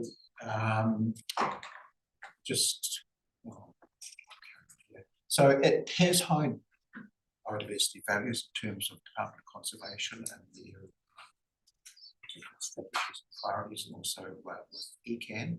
So as an example, the department has a Canterbury Conservation Management Strategy. And I've got a quote there from it. So it talks about coastal wetlands being some of the most threatened environments in Canterbury, and they make a comment, illegal off-road use is damaging those values. If you look at the iwi management plan, it also notes the strong cultural value of that area for Otago, particularly one for I should add, I should have mentioned that before, but in terms of the land we look after, we now have formal agreements with DOC, for community agreement with DOC. We have access agreements with Land Information New Zealand. We have approved health and safety plans with DOC and Council, and we have public liability insurance as well. So we are, as I might say, officially set up biodiversity. Right, birds. It's we banded dotterel, one of my favourite birds, also very much threatened. So this is the extraction from New Zealand eBird, and shows some of the bird sightings in terms of different species along the coast there over about a 7-year period. So you can see that there's a wide number of species of birds there coming into those coastal areas. Particularly is a very wide range there. And sorry, apologies, the Kauai River mouth. So those are the main species there. So particularly banded dotterel is a declining species. It's at threat. Those are the other species which you find there. There was also a white heron there as well, which was a showed up elsewhere. And Ashurst Beach again, banded dotterel declining, and other species there as well, several of them declining. And there are other species there which have been sighted but not seen as nesting in that area.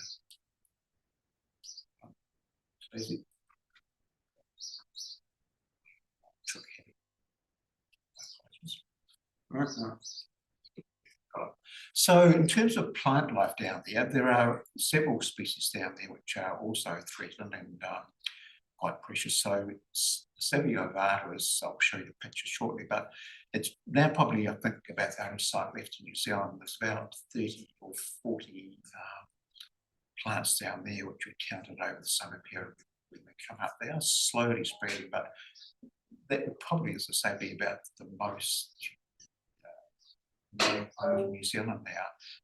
Prosma acerosa, there's a natural population down there, which is the biggest natural population in Canterbury. And there are various other threatened species down there as well, which we show there. So it's just to illustrate the point that there are valuable plant species there. And that's the Savia ovata, and they're on a wee site there, which is society is fenced off from rabbits.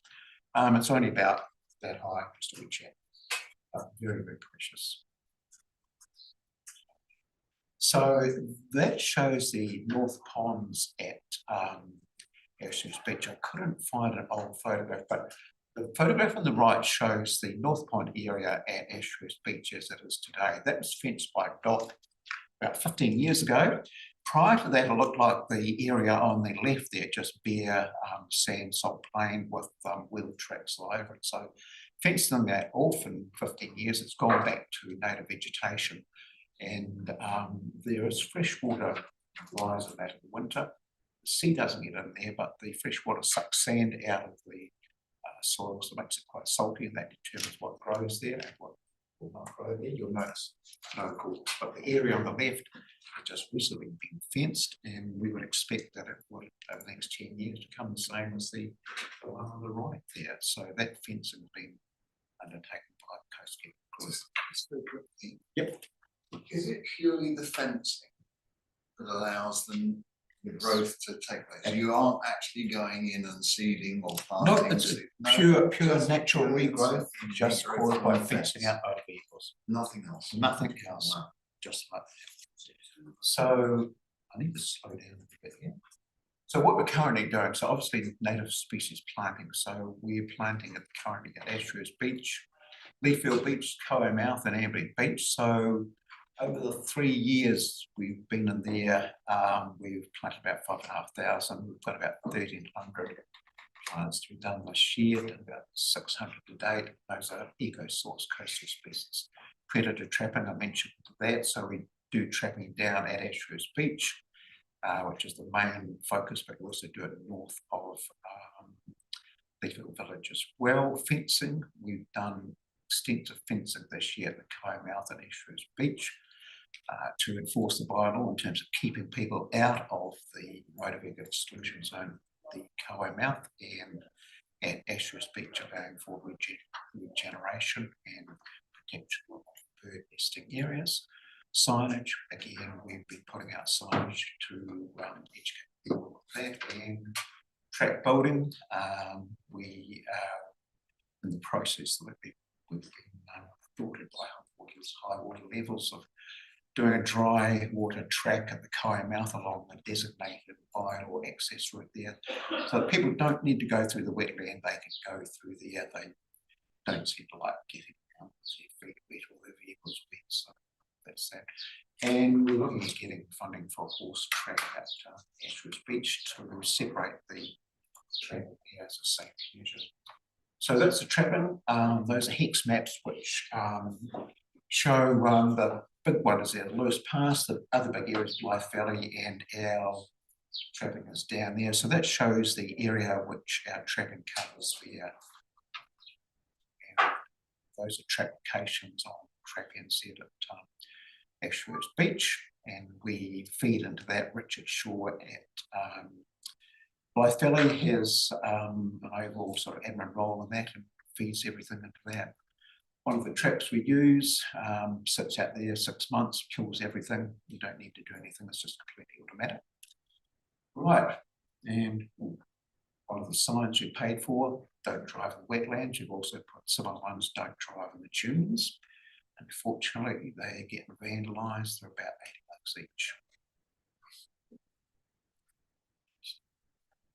So that's just a wee little sample planting there. That's car park at the north, car park in Leaford Beach, but it was just a trial fire resistant species or fire retardant, just see how they went. So been an interesting exercise, and we've sorted out a few which we won't bother with, so that was worthwhile. And fencing, that's at Ashworth Beach. Recent fencing in there to just fence that area off to keep motor vehicles out. And Was that fencing pretty recent? We were in the. yes, very recent. I haven't seen that. Last few months, yeah. Not finished yet. We've got to do some adjustments. Try and make it a bit safer. So how's it all paid for? Just probably got about a minute or so. Okay, well, so revenue about 50 grand, expenditure about 46. The majority of that on fencing, 25 odd grand, trapping, 6 or so, and 11 on.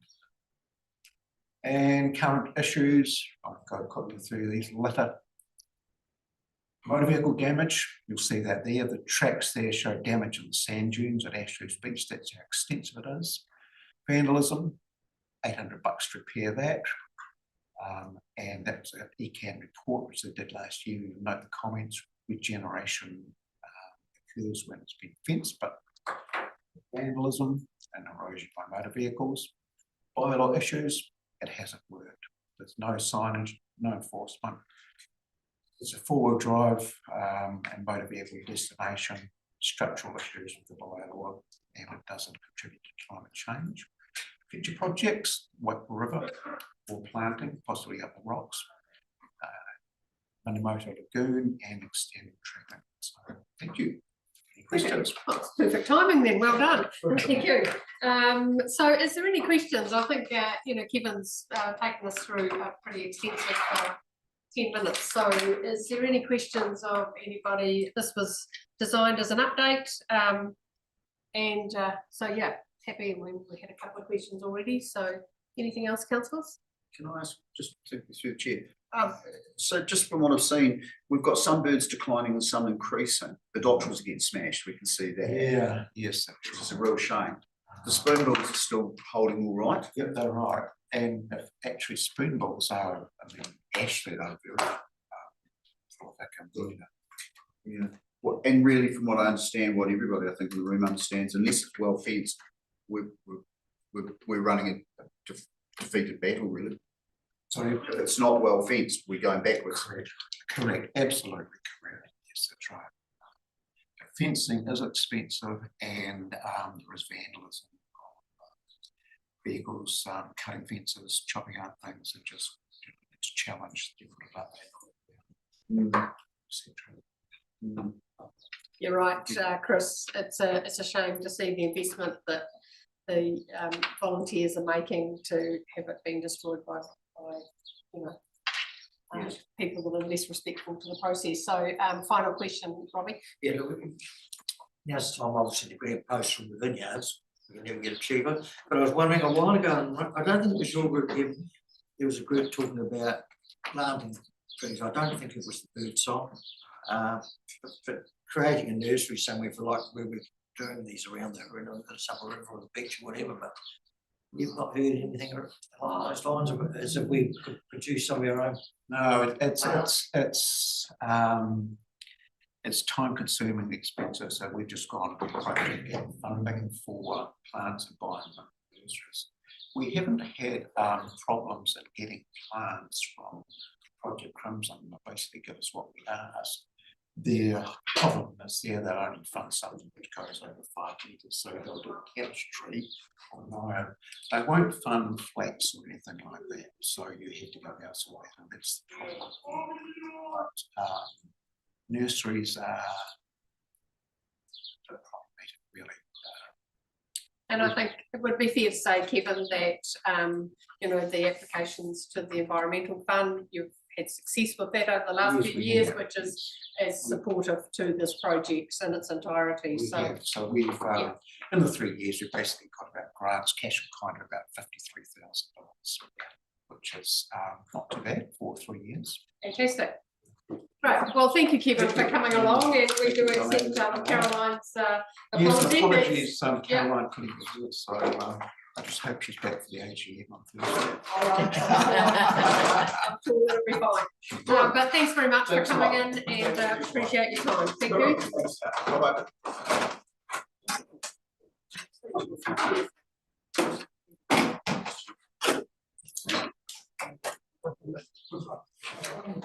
Hold it tight. Just trying to figure out.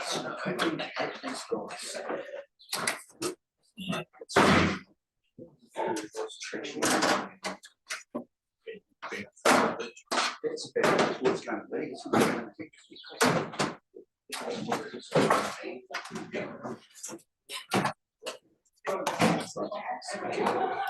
Hello,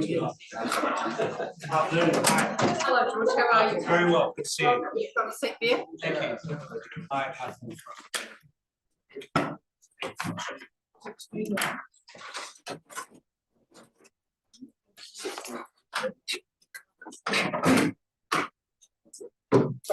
Hey, you're all good. Okay, so,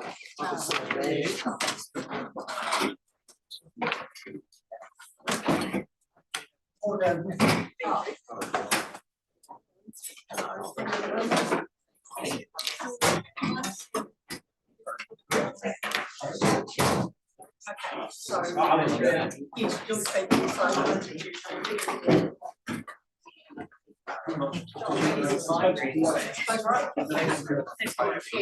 So we've got 15 minutes from the inside to the end. Hello, how are you doing? The one. Sorry. Sneak back around.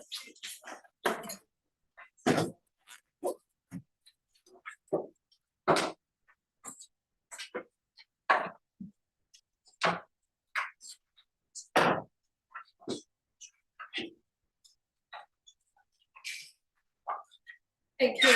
So we've had a full morning of presentations, councillors, and our next presentation is in regard to the proposed Plan Change 7. And I understand that Mr. George Forbes is going to speak on behalf of that presentation today. So George, our normal process for this type of presentation would be we would offer 10 minutes.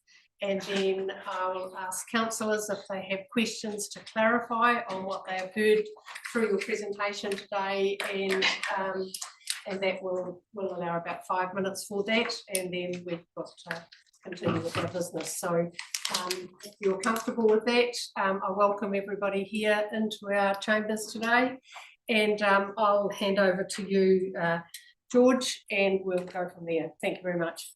Thank you very much, everyone. And thank you for the opportunity to present to you briefly in connection with Plan Change 7.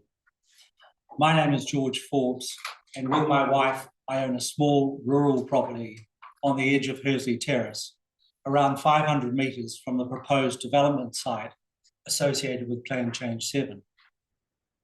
I am a native of this district, and I have a deep familial connection to this place, to its land, to agriculture, and to its communities, past and present. The nature and location of our property at Hursley Terrace continues these intergenerational bonds. I am presenting to you today to express my strong opposition to Plan Change 7, and I'm also representing others resident in the Hursley Terrace area, some of whom are here today, and who, like me, have meaningful personal and family bonds to this quiet, rural, and coastal area. In the few minutes available, I'm not intending to cover all the points of my written submission already sent to council, or to get into technical areas. I want to address just 4 points. First, the problem is not in the intent, it is in the evidence.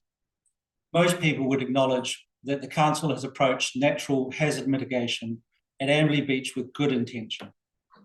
However, the Rosewood acquisition and Plan Change 7 represents a significant acceleration in pace and change in activity. This momentum risks outpacing due diligence and the careful examination or re-examination of key facts. The question now is, does the evidence support what is being proposed? 2 areas seem essential to the diligence. First, does the climate science used still support this outcome? There is genuine concern that certain climate projections from 2020 underpinning Plan Change 7 no longer align with present-day regulatory and government guidance. Second, does the council have the community support it believed it had? Since Plan Change 7 was notified, information from Amberley Beach suggests that a significant majority of residents are opposed to relocation, and many others, including leading rural advocates, are opposed to Plan Change 7 generally. Point 2, there is a second affected community. While council's activity and consultation over recent years has focused on the residents of Amberley Beach, Plan Change 7 makes clear that there are in fact 2 distinct affected communities. The second is the Hursley Terrace community, those living on and below the terrace who face significant consequences from Plan Change 7, but who have not been afforded anything like the same opportunity for consultation or engagement. For several years, the residents of Amberley Beach have been asked to absorb complex and evolving scientific information, to participate in consultation, and to contemplate profound changes to their property rights, their homes, and their way of life. Now, the Hursley Terrace community is being asked to confront the prospect of profound change to their homes, farms, environment, and way of life, but within a radically compressed timeframe. The proposed development of an urban satellite community within what is a quiet and open rural environment would bring years of construction, disruption, and ultimately permanent change.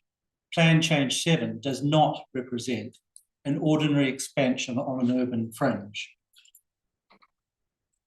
The Hursley Terrace community has been given approximately 2 months to understand and respond to a highly complex combination of implications and planning consequences, issues that the council, its experts, and other stakeholders started on around 6 years ago. 2 months versus 6 years represents a significant disparity in time, information, and opportunity that is important. And principles of fairness and natural justice are clearly at stake. In summary, the consequences of Plan Change 7 will be borne particularly by those who live around Hursley Terrace. There is no such thing as a cost-neutral development for the people and families who live in this second community. Point 3. The impact assessments are inadequate for the complex and novel nature of Plan Change 7. What is proposed under Plan Change 7 is not a routine or incremental plan change. It represents a significant transformation of an established rural environment, and it has far-reaching consequences for land use, infrastructure, traffic, the surrounding community, and the future pattern of development. Yet the Section 32 assessment and expert reports do not, in my submission, adequately reflect the novelty, scale, or complexity of what's being proposed. Take traffic and infrastructure as examples. These are not incidental matters. The introduction of a substantial, dense urban development into this location has consequences that require enhanced, comprehensive assessment. Likewise, the proposition that the development will effectively be cost neutral requires much more rigorous examination than appears to have been undertaken. The Economic Assessment Report essentially makes the same point.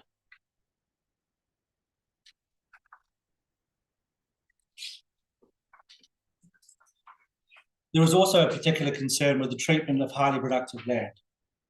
Land that is protected by national classification for its agricultural purpose. Council has attempted to satisfy the policy requirements for the urban rezoning of this land. However, in my submission, the council's reasoning appears to be driven by the desired planning outcome rather than arising naturally from the evidence. And finally, point 4. The institutional momentum risks erasing the elective nature of this proposal for Amberley Beach residents and for council itself. In council's own words, Plan Change 7 is novel. The plan is now being pursued at a fast track pace, and with pace comes considerable institutional momentum and risk. Despite some statements to the contrary, the voluntary or elective nature of the proposed relocation plan for Amberley Beach residents does not, in my submission, remain genuinely voluntary if Plan Change 7 is progressed. I've heard a number of councillors say they would like an opportunity to potentially withdraw Plan Change 7 before any hearing. On the 30th of June, council staff confirmed that this opportunity does exist and that this stage of the process represents the right point when a withdrawal decision could be made. Plan Change 7 and the thinking underlying that proposal is unprecedented. The community pressures it creates are already painful. There is normally a cost to pay for complex, rapid, and radical community measures, and there are wider examples to recall. Some here will remember David Longy's call to stop for a cuppa in the 1980s, when the pressures caused by government-led changes had reached a peak. The bravery and wisdom of that timely pause is now well regarded by economists and policymakers alike. My final submission today, on behalf of those in the Hursley Terrace community, is this. This is council's time to be brave, to pause and to stop for a cuppa. Thank you very much. Thank you, George, for that very thorough and considered submission today, or delegation today, deputation today. Your 4 points that you raised have been well conveyed, and I'm grateful for the opportunity to hear from you in that regard. I will open it up now for questions, and I'll just remind councillors that your questions will be on priority, of course, that you may have heard today in regard to Mr. Gould and his deputation. So with that, I will open it up. We'll have 5 minutes for questions. Anybody around the room? Thank you, Tom.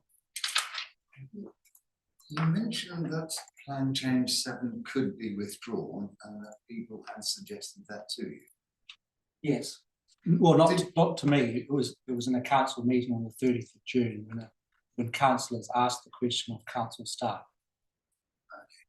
And the answer from council staff was they weren't lawyers, but they believed because it was a council-led plan that it could be withdrawn by council before hearing. And my understanding from listening to that council meeting was that there are several councillors who are looking for that potential time to consider whether withdrawing Plan Change 7. Thanks, Tom. Any other questions around the table? I wonder, Wayne, would you be good enough to let Wayne Chisnell just say a few words as well, potentially? In my 5 minutes that I've not used. Well, that's a real negotiation, isn't it? Look, I will break with the normal rules and offer, how are you, Wayne? An opportunity. You've got Have you got a question? 2 minutes? Okay, so, okay, we'll do that and I'll offer, see if there's any questions, but then we'll need to. Thank you very much. Bring this process to a close. Right, we've farmed Hursley Downs on 165 Hursley Terrace Road for the last 20 years. Our boundary of Rosewood is to the north and to the east across Hursley Terrace Road. We have an 80-hectare sheep and beef farm with irrigation. Our submission opposing Plan Change 7 is in line with the Federated Farmers submission of using highly productive land for a residential subdivision, which is inconsistent with the Huronui District Council District Plan and the National Policy Statement of not using highly productive land for housing. As stated in the PGG rights and brochure when the council bought the property, Rosewood is an immaculate, traditionally farmed sheep, beef and cropping farm. Next door to Rosewood, a property is used as a commercial farm flower production. Further north on Weeds Road is a daffodil farm, the broccoli farm. Another farm producing seed for Pinus radiata and propagated seedlings. At Balcairn, not far away, is a well-known vegetable operation, so soils are exceptional in this area, and Rosewood could be used for more than a sheep and beef farm. This residential subdivision will severely compromise our farming operation, and it is with real sadness to see this beautiful farm turned into a residential rural satellite town so far from the amenities of it. Thank you. Thanks, Wayne. Thank you for giving us your view of it as well. I will just check in to see if the councillors have any questions that they have on what they've heard from Wayne today. Okay. Right, Robbie. Oh, look, I'm just congratulations you on a turnout here. And there's a lot of people. How many people roughly, firstly Newcombs, how many properties or families? I'm just thinking how many people. 9 properties on Hursley Terrace and Newcombs Road. Rose. Well, I guess just to be fair, rather than you having to make an assumptions, that's something. This is virtually the whole area of Hursley Terrace and Newcombs Road. There's a couple of people who are working that couldn't make it, but the representatives see at the moment is probably 80% of the Hursley Terrace Newcombs Road population. All right, thank you. It looks like we've had an offering of questions, and I guess that what I take from that is that the presentation has given food for thought to councillors, and I'm respectful of you all coming along here today. Thank you for giving us your time, and we are in a process, and I don't need to describe that to you, George. So, you know, we will continue to work through that process, and we will consider our role in that. So, yeah, thanks very much for coming along, and I wish you all well for the rest of your day. Thank you. Thank you. Thank you. Councillors, we'll just take a moment whilst our visitors can.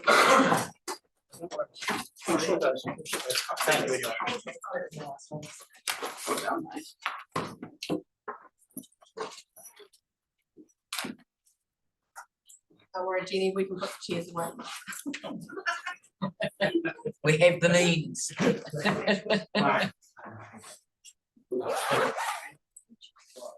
Well, thanks very much. Thank you. Good night. Thank you.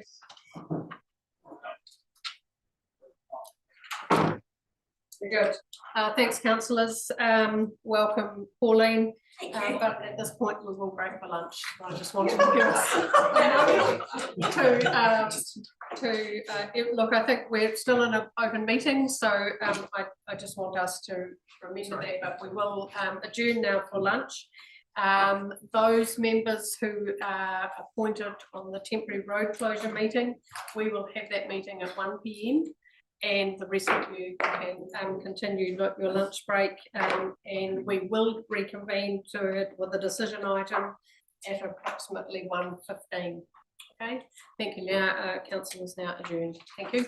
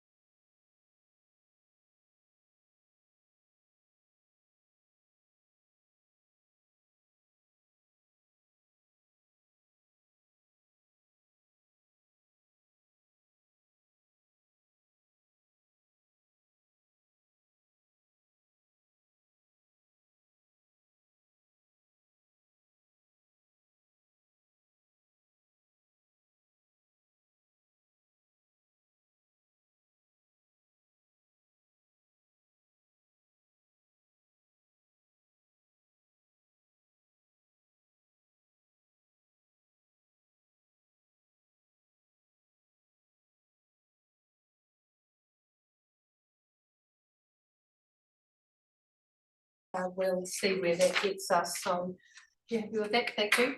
Thank you, Madam Mayor. So this report covers the initial part of the development of the Waipaha Canterbury Regional Spatial Plan.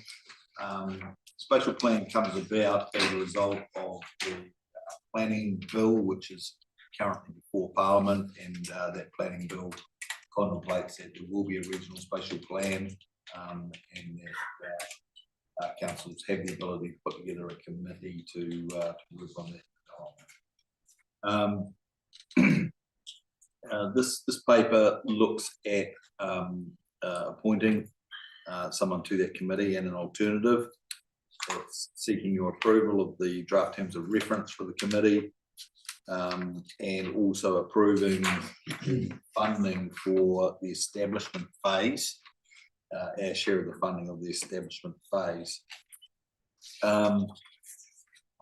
Just looking at it, the recommendation enables us to fulfil the anticipated statutory obligations under the new planning legislation, and ensures that we have representation and can influence that work. The alternative is not to participate.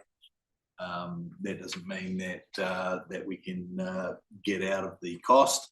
And if all Canterbury Council decided not to do anything, then the minister would develop the spatial plan and charge us for the privilege.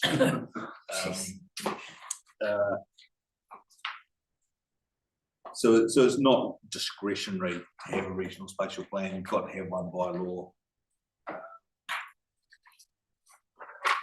Just looking at the financial aspects of this, it's estimated that the regional spatial plan will be somewhere in the $7 to $10 million bracket for Canterbury. Some people will say that's light, and that it could be as much as $20 million. But let's say it is 10. Our share of that is 5.2%. So we'll be up for just over $500,000 overall. The Canterbury Mayoral Forum has written to Environment Canterbury, asking them to debt fund the development of the plan on a regional basis, given the regional council and can spread that across all ratepayers. And Environment Canterbury has not yet made a decision on that. So at the moment, our 5.2% share of the initial $725,000 to get this going is $37,726. And that's what I'm seeking approval for here today. But I think that you need to understand that based on the current estimates, our total contribution to this could be somewhere between $364,000 and $520,000. And that money will be spent over the next 20 plus months as the spatial plan is developed. So that's if the Environment Canterbury debt funding doesn't go ahead. At the end of the day, it's the same ratepayers, it's coming out of the same pockets. Yeah. And it's just seen as a more efficient, effective way of doing it for Environment Canterbury.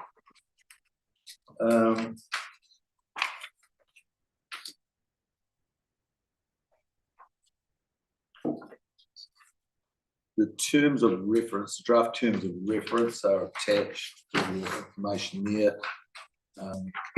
Those draft, once the committee is formed, the draft terms of reference will go to the committee, and the committee will then report back on those terms of reference and how they, whether they fit the purpose for that committee. But that's the draft that's proposed to go to the committee with. So just going back to the recommendation.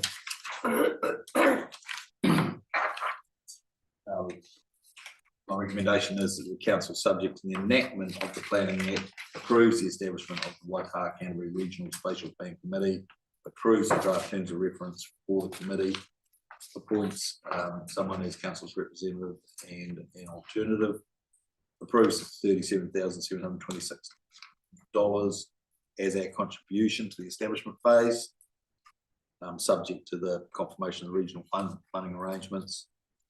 And approves the 5.2% funding share for the overall development and delivery of the program. Noting those budgets will be refined and reported back to council. And delegates authority to the committee to appoint an independent chair at its first meeting, and notes that the next council decision will be the approval of the process agreement which will be developed by the committee. So that is the recommendations, Madam Chair. Thank you, Hamish, for that. Can I just ask you please to speak before I open it up for questions in regard to the appointment of the chairperson from our council and the alternate, but the overall approval of plan will come back to our council too.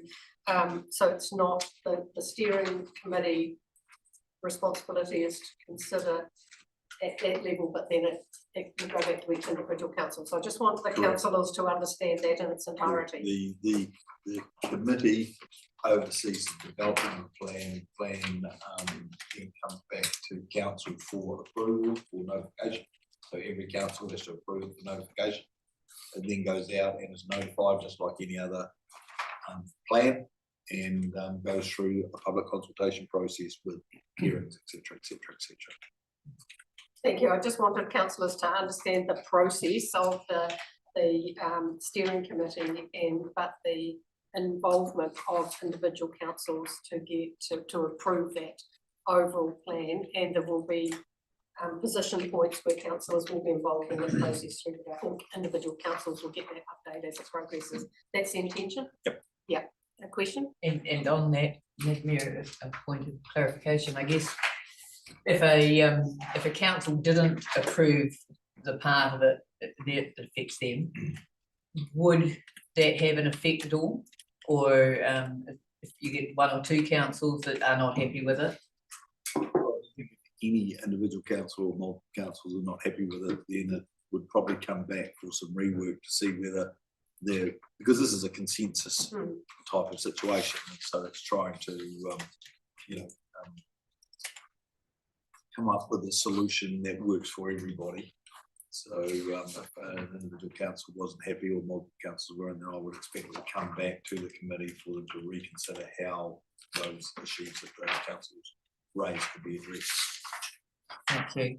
And it's not law at the moment, so when this, sorry, if something can trigger, just for clarification, the rules that they're putting in place, the new planning system that they're putting in place brings this into force, doesn't it? So if we approve this, if that doesn't go ahead, then this won't happen later.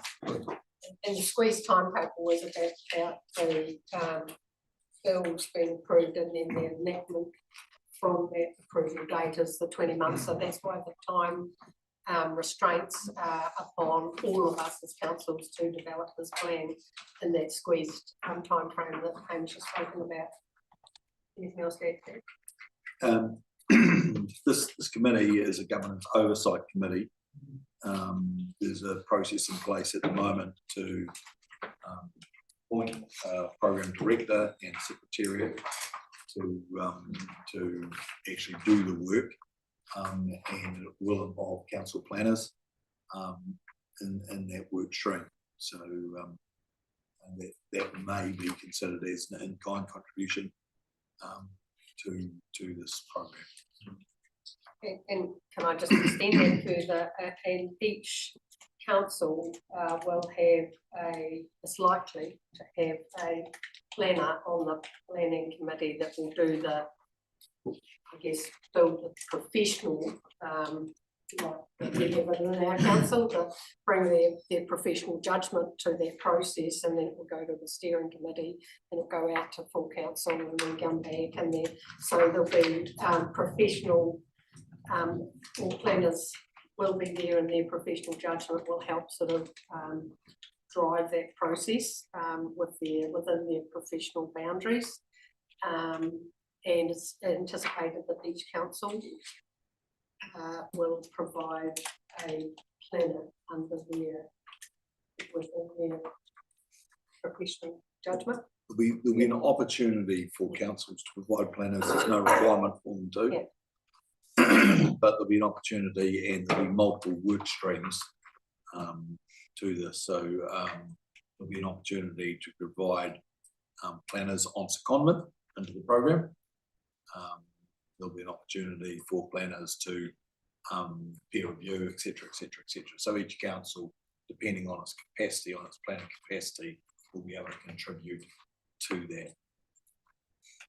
Thank you, that's good clarification. Yeah, cool. And I mean, I'll come to you, Tom and Brett. This is a real opportunity for us to be at the table in the tent, providing the context of our district as we know it, and in this regional spatial plan. So it would be my expectation that we do have, in this process. So yeah, Tom, got a question. The costs are really of concern to me, that we are committed to 5.2%. In your document, it says the early estimate of costs is 7 to 10 million. My experience of early costs are that they inevitably escalate. So our contribution is going to be, you know, 700,000 or whatever.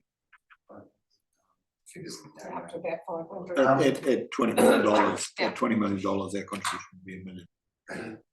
Where is that money going to come from?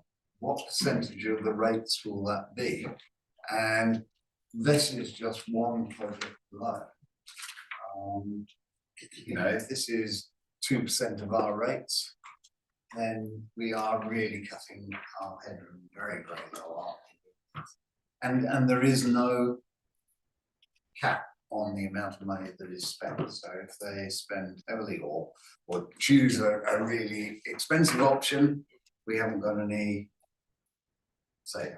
So what will happen is that they will flesh out the costs. So the 7 to 10 million is based on similar size planning instruments and the experience of dealing with similar size planning instruments.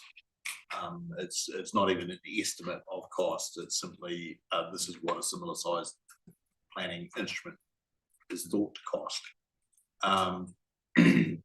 What will happen is that the group will get together, and the first thing they'll be doing is building the budget from the various work streams and saying, okay, we need this much for this and this much for this. And I'll come back to you with that budget as it's developed so that we have an understanding of what we're up for, but it's up to the governance group to manage that. But as a council, we need to know, you know, where these costs are, and you know that's partly why we've asked ECAN to fund this through debt, so that they can manage it on behalf of all Canterbury ratepayers. Have it fractionated, but we shall see where they get to on that. And Tom, to your point, these are eye-watering numbers. Yes. Yeah. To our little council it issued. And just a very quick supplementary. In the last paper we saw, it said that Christchurch had applied for 3 representatives. But this now only has them as 1 representative. Is that right? So Christchurch voted to accept this based on them having 3 representatives. The Mayoral Forum have written back to Christchurch and said the Mayoral Forum's decision is you get 1. And so that 1 plus an alternate. So we'll see where that gets to. And Christchurch, if the Mayoral Forum was to agree something else for Christchurch, then I'd come back to this council and see whether you want 10 representatives. Yeah. And I think that we debated that at Mayoral Forum just on Friday last week, and it would be fair to say that you know the democratic value of consensus is that you know if there's 1 representative or 3, actually all it should be required for that process, and that's what the intention of this development of the spatial plan is to have consensus. So, and I guess that will the approval of that plan will be in the meeting, so to speak, by February, but that is the intention. So I've got a question coming from Brett and Dave and Robbie. Thank you, Brett. Thank you. Through the chair, my question is not so much about the implementation of the regional spatial plan, but just some clarification so I understand myself.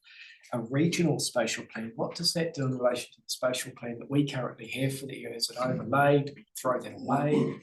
What does that mean? The regional spatial plan is a statutory document. It has statutory effect. Our spatial plan is a spatial plan. It's a consideration, but it's not a statutory document.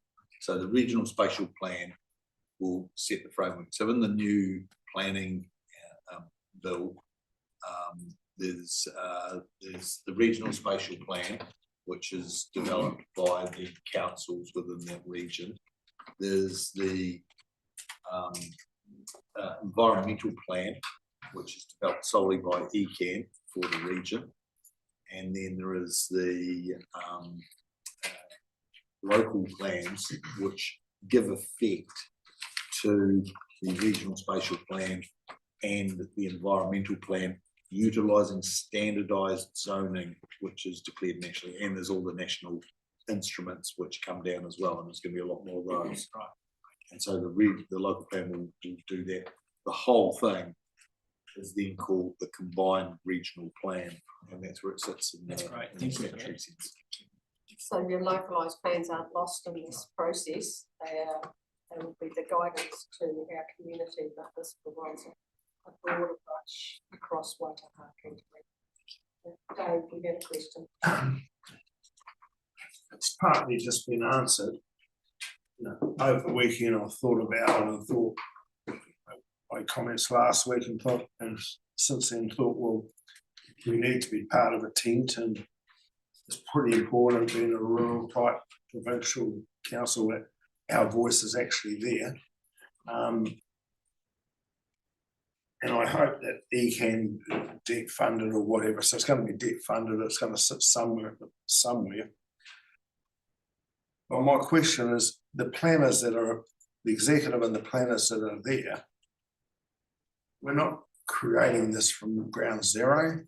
They will take information from, those big regional plans that the ECAN did, that 165-page plan that we did that they came to us last year, which I knew no one would ever read, but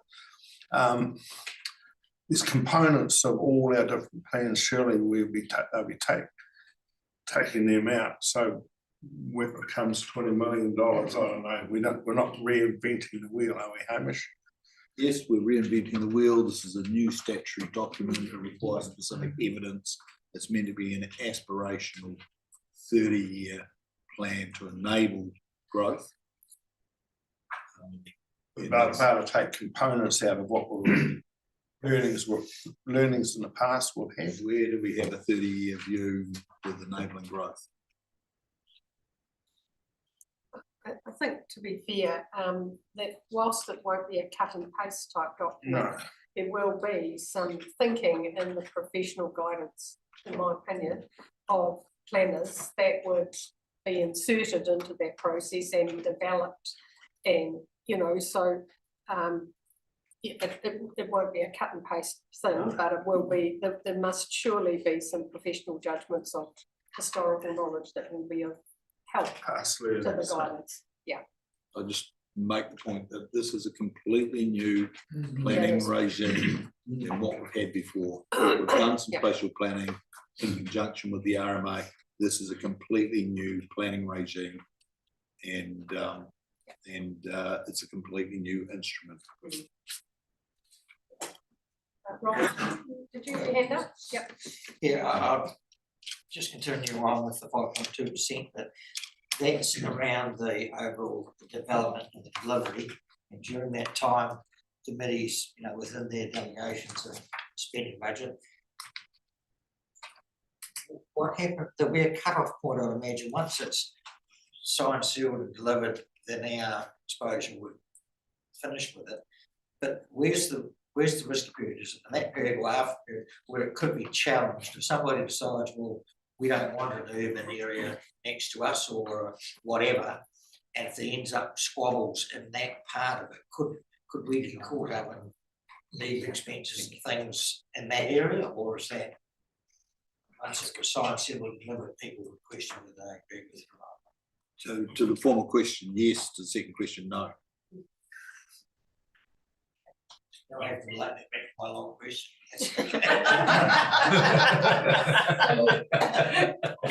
You said, could there be expenses once the plan's done? Could it be challenged? The answer is yes, and we would have to stump up our share of that. And can we get away scot-free? No, we can't. There could be legal bits involved in that setting up period where people are, different groups are not happy. I mean, with any plan change, there is often significant challenge, and there's often significant cost involved in that challenge. And given that this is all of Canterbury, then I expect there will be challenge. I think I've got Tom, maybe Chris and Chris. Is that right or not? Was it just the pen wiggle? Yeah, okay, Tom. On the new standardised zoning, under the new regional spatial plan, if we have standardised zoning, will it be easier to change from one zoning to another under the new plan or under the existing plan? And obviously we have got issues where we are looking towards changing zoning. And you know, this could be relevant here, that applications for changes to zoning might be easier or more difficult when you've got that new spatial plan in. Is it going to be easier or more difficult? And when we get challenges like we've seen recently, very recently, you know, is it going to be easier for those people to object or to appeal our plans? Or so if the regional spatial plan has anticipated that type of growth, whether it's growth in industry or agriculture or housing or whatever, energy in that area, then it's easier. And if it hasn't, and it said that area is for something else, it will be harder. It will be harder to change that zone if it's not anticipated. But I guess, you know, this whole thing, we're in uncharted territory. This is a whole new proposal, as we've just heard. There isn't a and moving times. Yeah, that's right. And I'll add that the new planning regime is meant to give greater certainty to everybody. So that's why it's important to get this fundamental stuff right, because it provides the basis for that certainty. It's also meant that less activities it's also designed that less activities will require consent because they'll be permitted under the structure because they've been anticipated. Thank you. Correct me if I'm wrong, but just remembering that new planning bills are supposed to be more enabling. Yes, So if it's in the regional spatial plan that this is a permitted activity here, some of those hurdles are easier or lower. I was just thinking about But there's probably, like a lot of things, more questions than answers. Chris. I had a couple of comments and possibly not a lot of answers to them really, but I'm just thinking, we're talking about 11 different councils around the table. If this is in a couple of years' time, when we've got this new simplified local government, potentially you're only going to have one or maybe two or three councils sitting around the table to achieve the same thing. So the timing of it to me does seem a wee bit strange. I sort of wonder if it should be left to after the new simplified local government. The other thing I was thinking, as you say, $10 million, potentially $500,000, maybe more for us. And as you sort of said in your workshop, it is basically just to buy the pen and the crayons to draw the scribbles on the paper.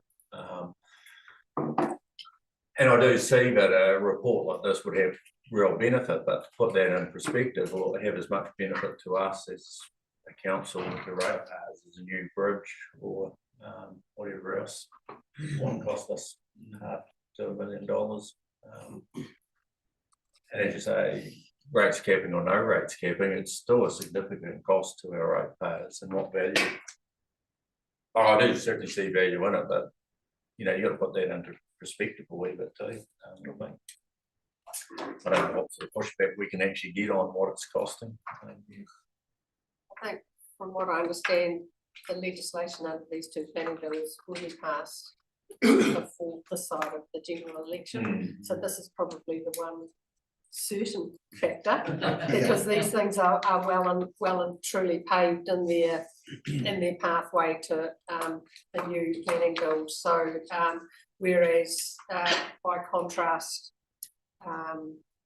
you know, sometime local government, when we know where we're at in that position, take your point about what is in our future, but we don't know what that future is. But this is probably, there is some certainty, I think, in this because those the legislation will be passed. Yeah, so I understand that sort of supplementary to that is, you know, we've got a government telling us as councils, we've got to keep our costs down and value to ratepayers. And is this really giving us value to ratepayers? Yeah. Understand where your comments coming from. Do you want to? Just on the timing matter, so it's likely, I think, that this bill will be passed this week. It seems to be likely. We'll see sometime soon after. That'll give us 21 months to put a regional spatial plan in place. That will happen before the council election of 2028. So we can't leave it up to the newly formed unitary authority to do this. We're required to do it. But there is a real timing mismatch in the government's legislative program for this. So, for example, councils that are looking to either shift out of the region or shift into the region are covered by the existing regional spatial plan, which seemed very odd indeed. But there you go. The unfunded mandate that government is handing us is just typical of governments that cry about council rates and they cry like babies, but in actual fact they just keep on adding to the costs of doing business over and over again, and it's governments of all stripes.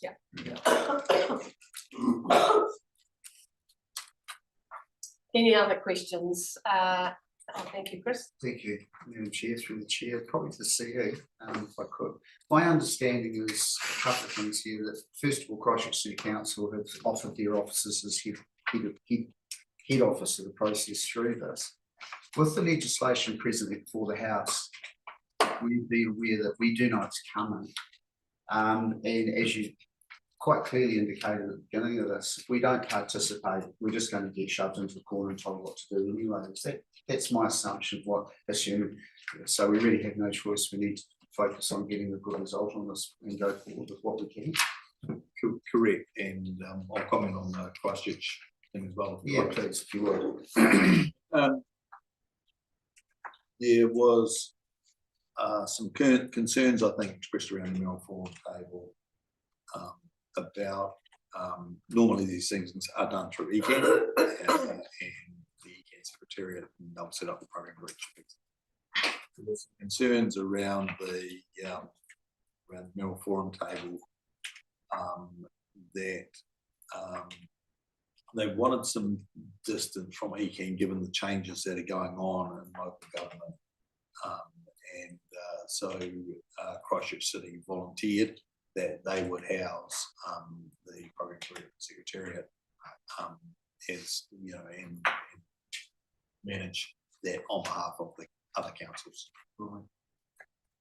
So essentially, there's a supplementary add on to that. Therefore, the funds will channel through Christchurch City Council head offices.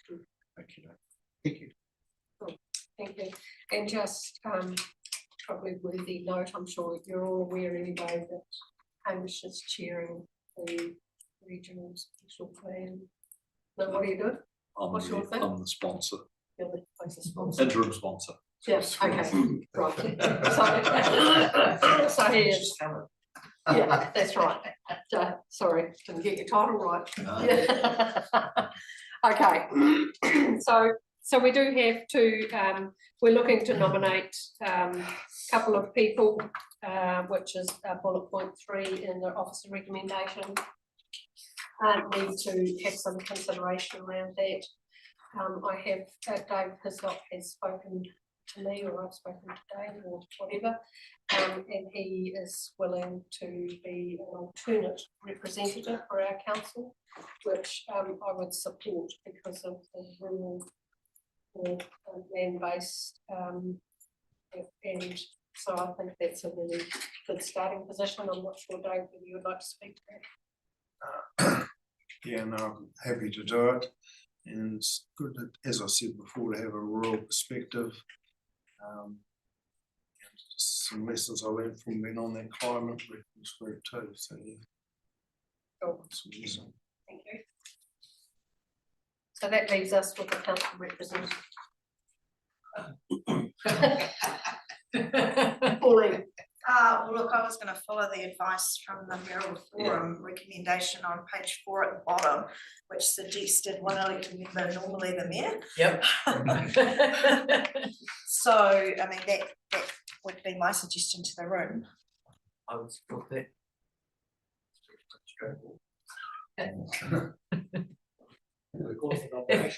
If the mayor's happy to do it. Look, I think the really important feature of this is to have a good, strong relationship with the alternate, because this will be a monthly meeting. If I'm not able to go, and respectfully, that's wonderful to have that confidence of our team, but to have Dave as an alternate, I think is a really good, strong position that puts us in as a council, that I would use Dave as the sounding board, and that he could do the same for me if that was the case. So I think that we could reflect the views and the position of this district as we know it today, and between the 28 election, whatever, but I think the important factor around this is that we need to work on what we know today and get us in the best position going forward. So I'm looking for a recommendation.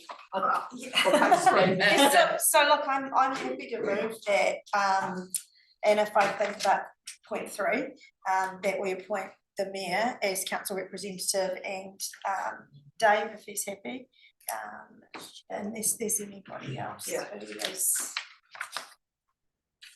No? Okay, thank you. So yeah, I'm happy to move that, and the rest is as written, really. And I think I just recognise that I have the same concerns as everybody else has around unfunded mandates and rates capping, but we are far better to have a little bit of control over our destiny and be in the room and around the table for these conversations. So happy to move those recommendations. Thank you. I don't know how this rolls with conflicts of interest, but anyway, we'll just roll with it. No, appointment isn't. Appointments, okay? Yep. Yeah, okay. So with that, so we've got a mover, and thank you, Pauline. Do I have a seconder? Thank you, Tom. I'm happy, if you would like to speak for or against the motion as we know on page 3 in our report. I'll take that silence as you're ready to vote then. Okay, so we have the motion, we understand what it means for us as a district, and the important thing is that, thank you, Dave, for allowing your name to go forward, but we will be the strongest advocates we can be for our district going forward, and I, hand on heart, this is a really important process. So with that, I'll put the motion, all in agreement to that, please say aye. Aye. Those against, that motion is carried. Thank you. Radio councillors, that actually I just want to I just want to hear one little piece before I close the meeting, and this came through Herald Forum the other day. And this is a business proposal written by Environment Canterbury, looking at a 10-year business plan around being proactive work around water management, gravel extraction, and it's looking for a national plan, and they've secured 240 million already, which will be divvied up across the region, yeah, with a contribution of councils. But this book indicates the business plan. So I only got one copy, but if anybody would like to read it, you're more than welcome. So maybe we just share it round if you would like to have a read of it. So it is online as well, actually, as well. Okay.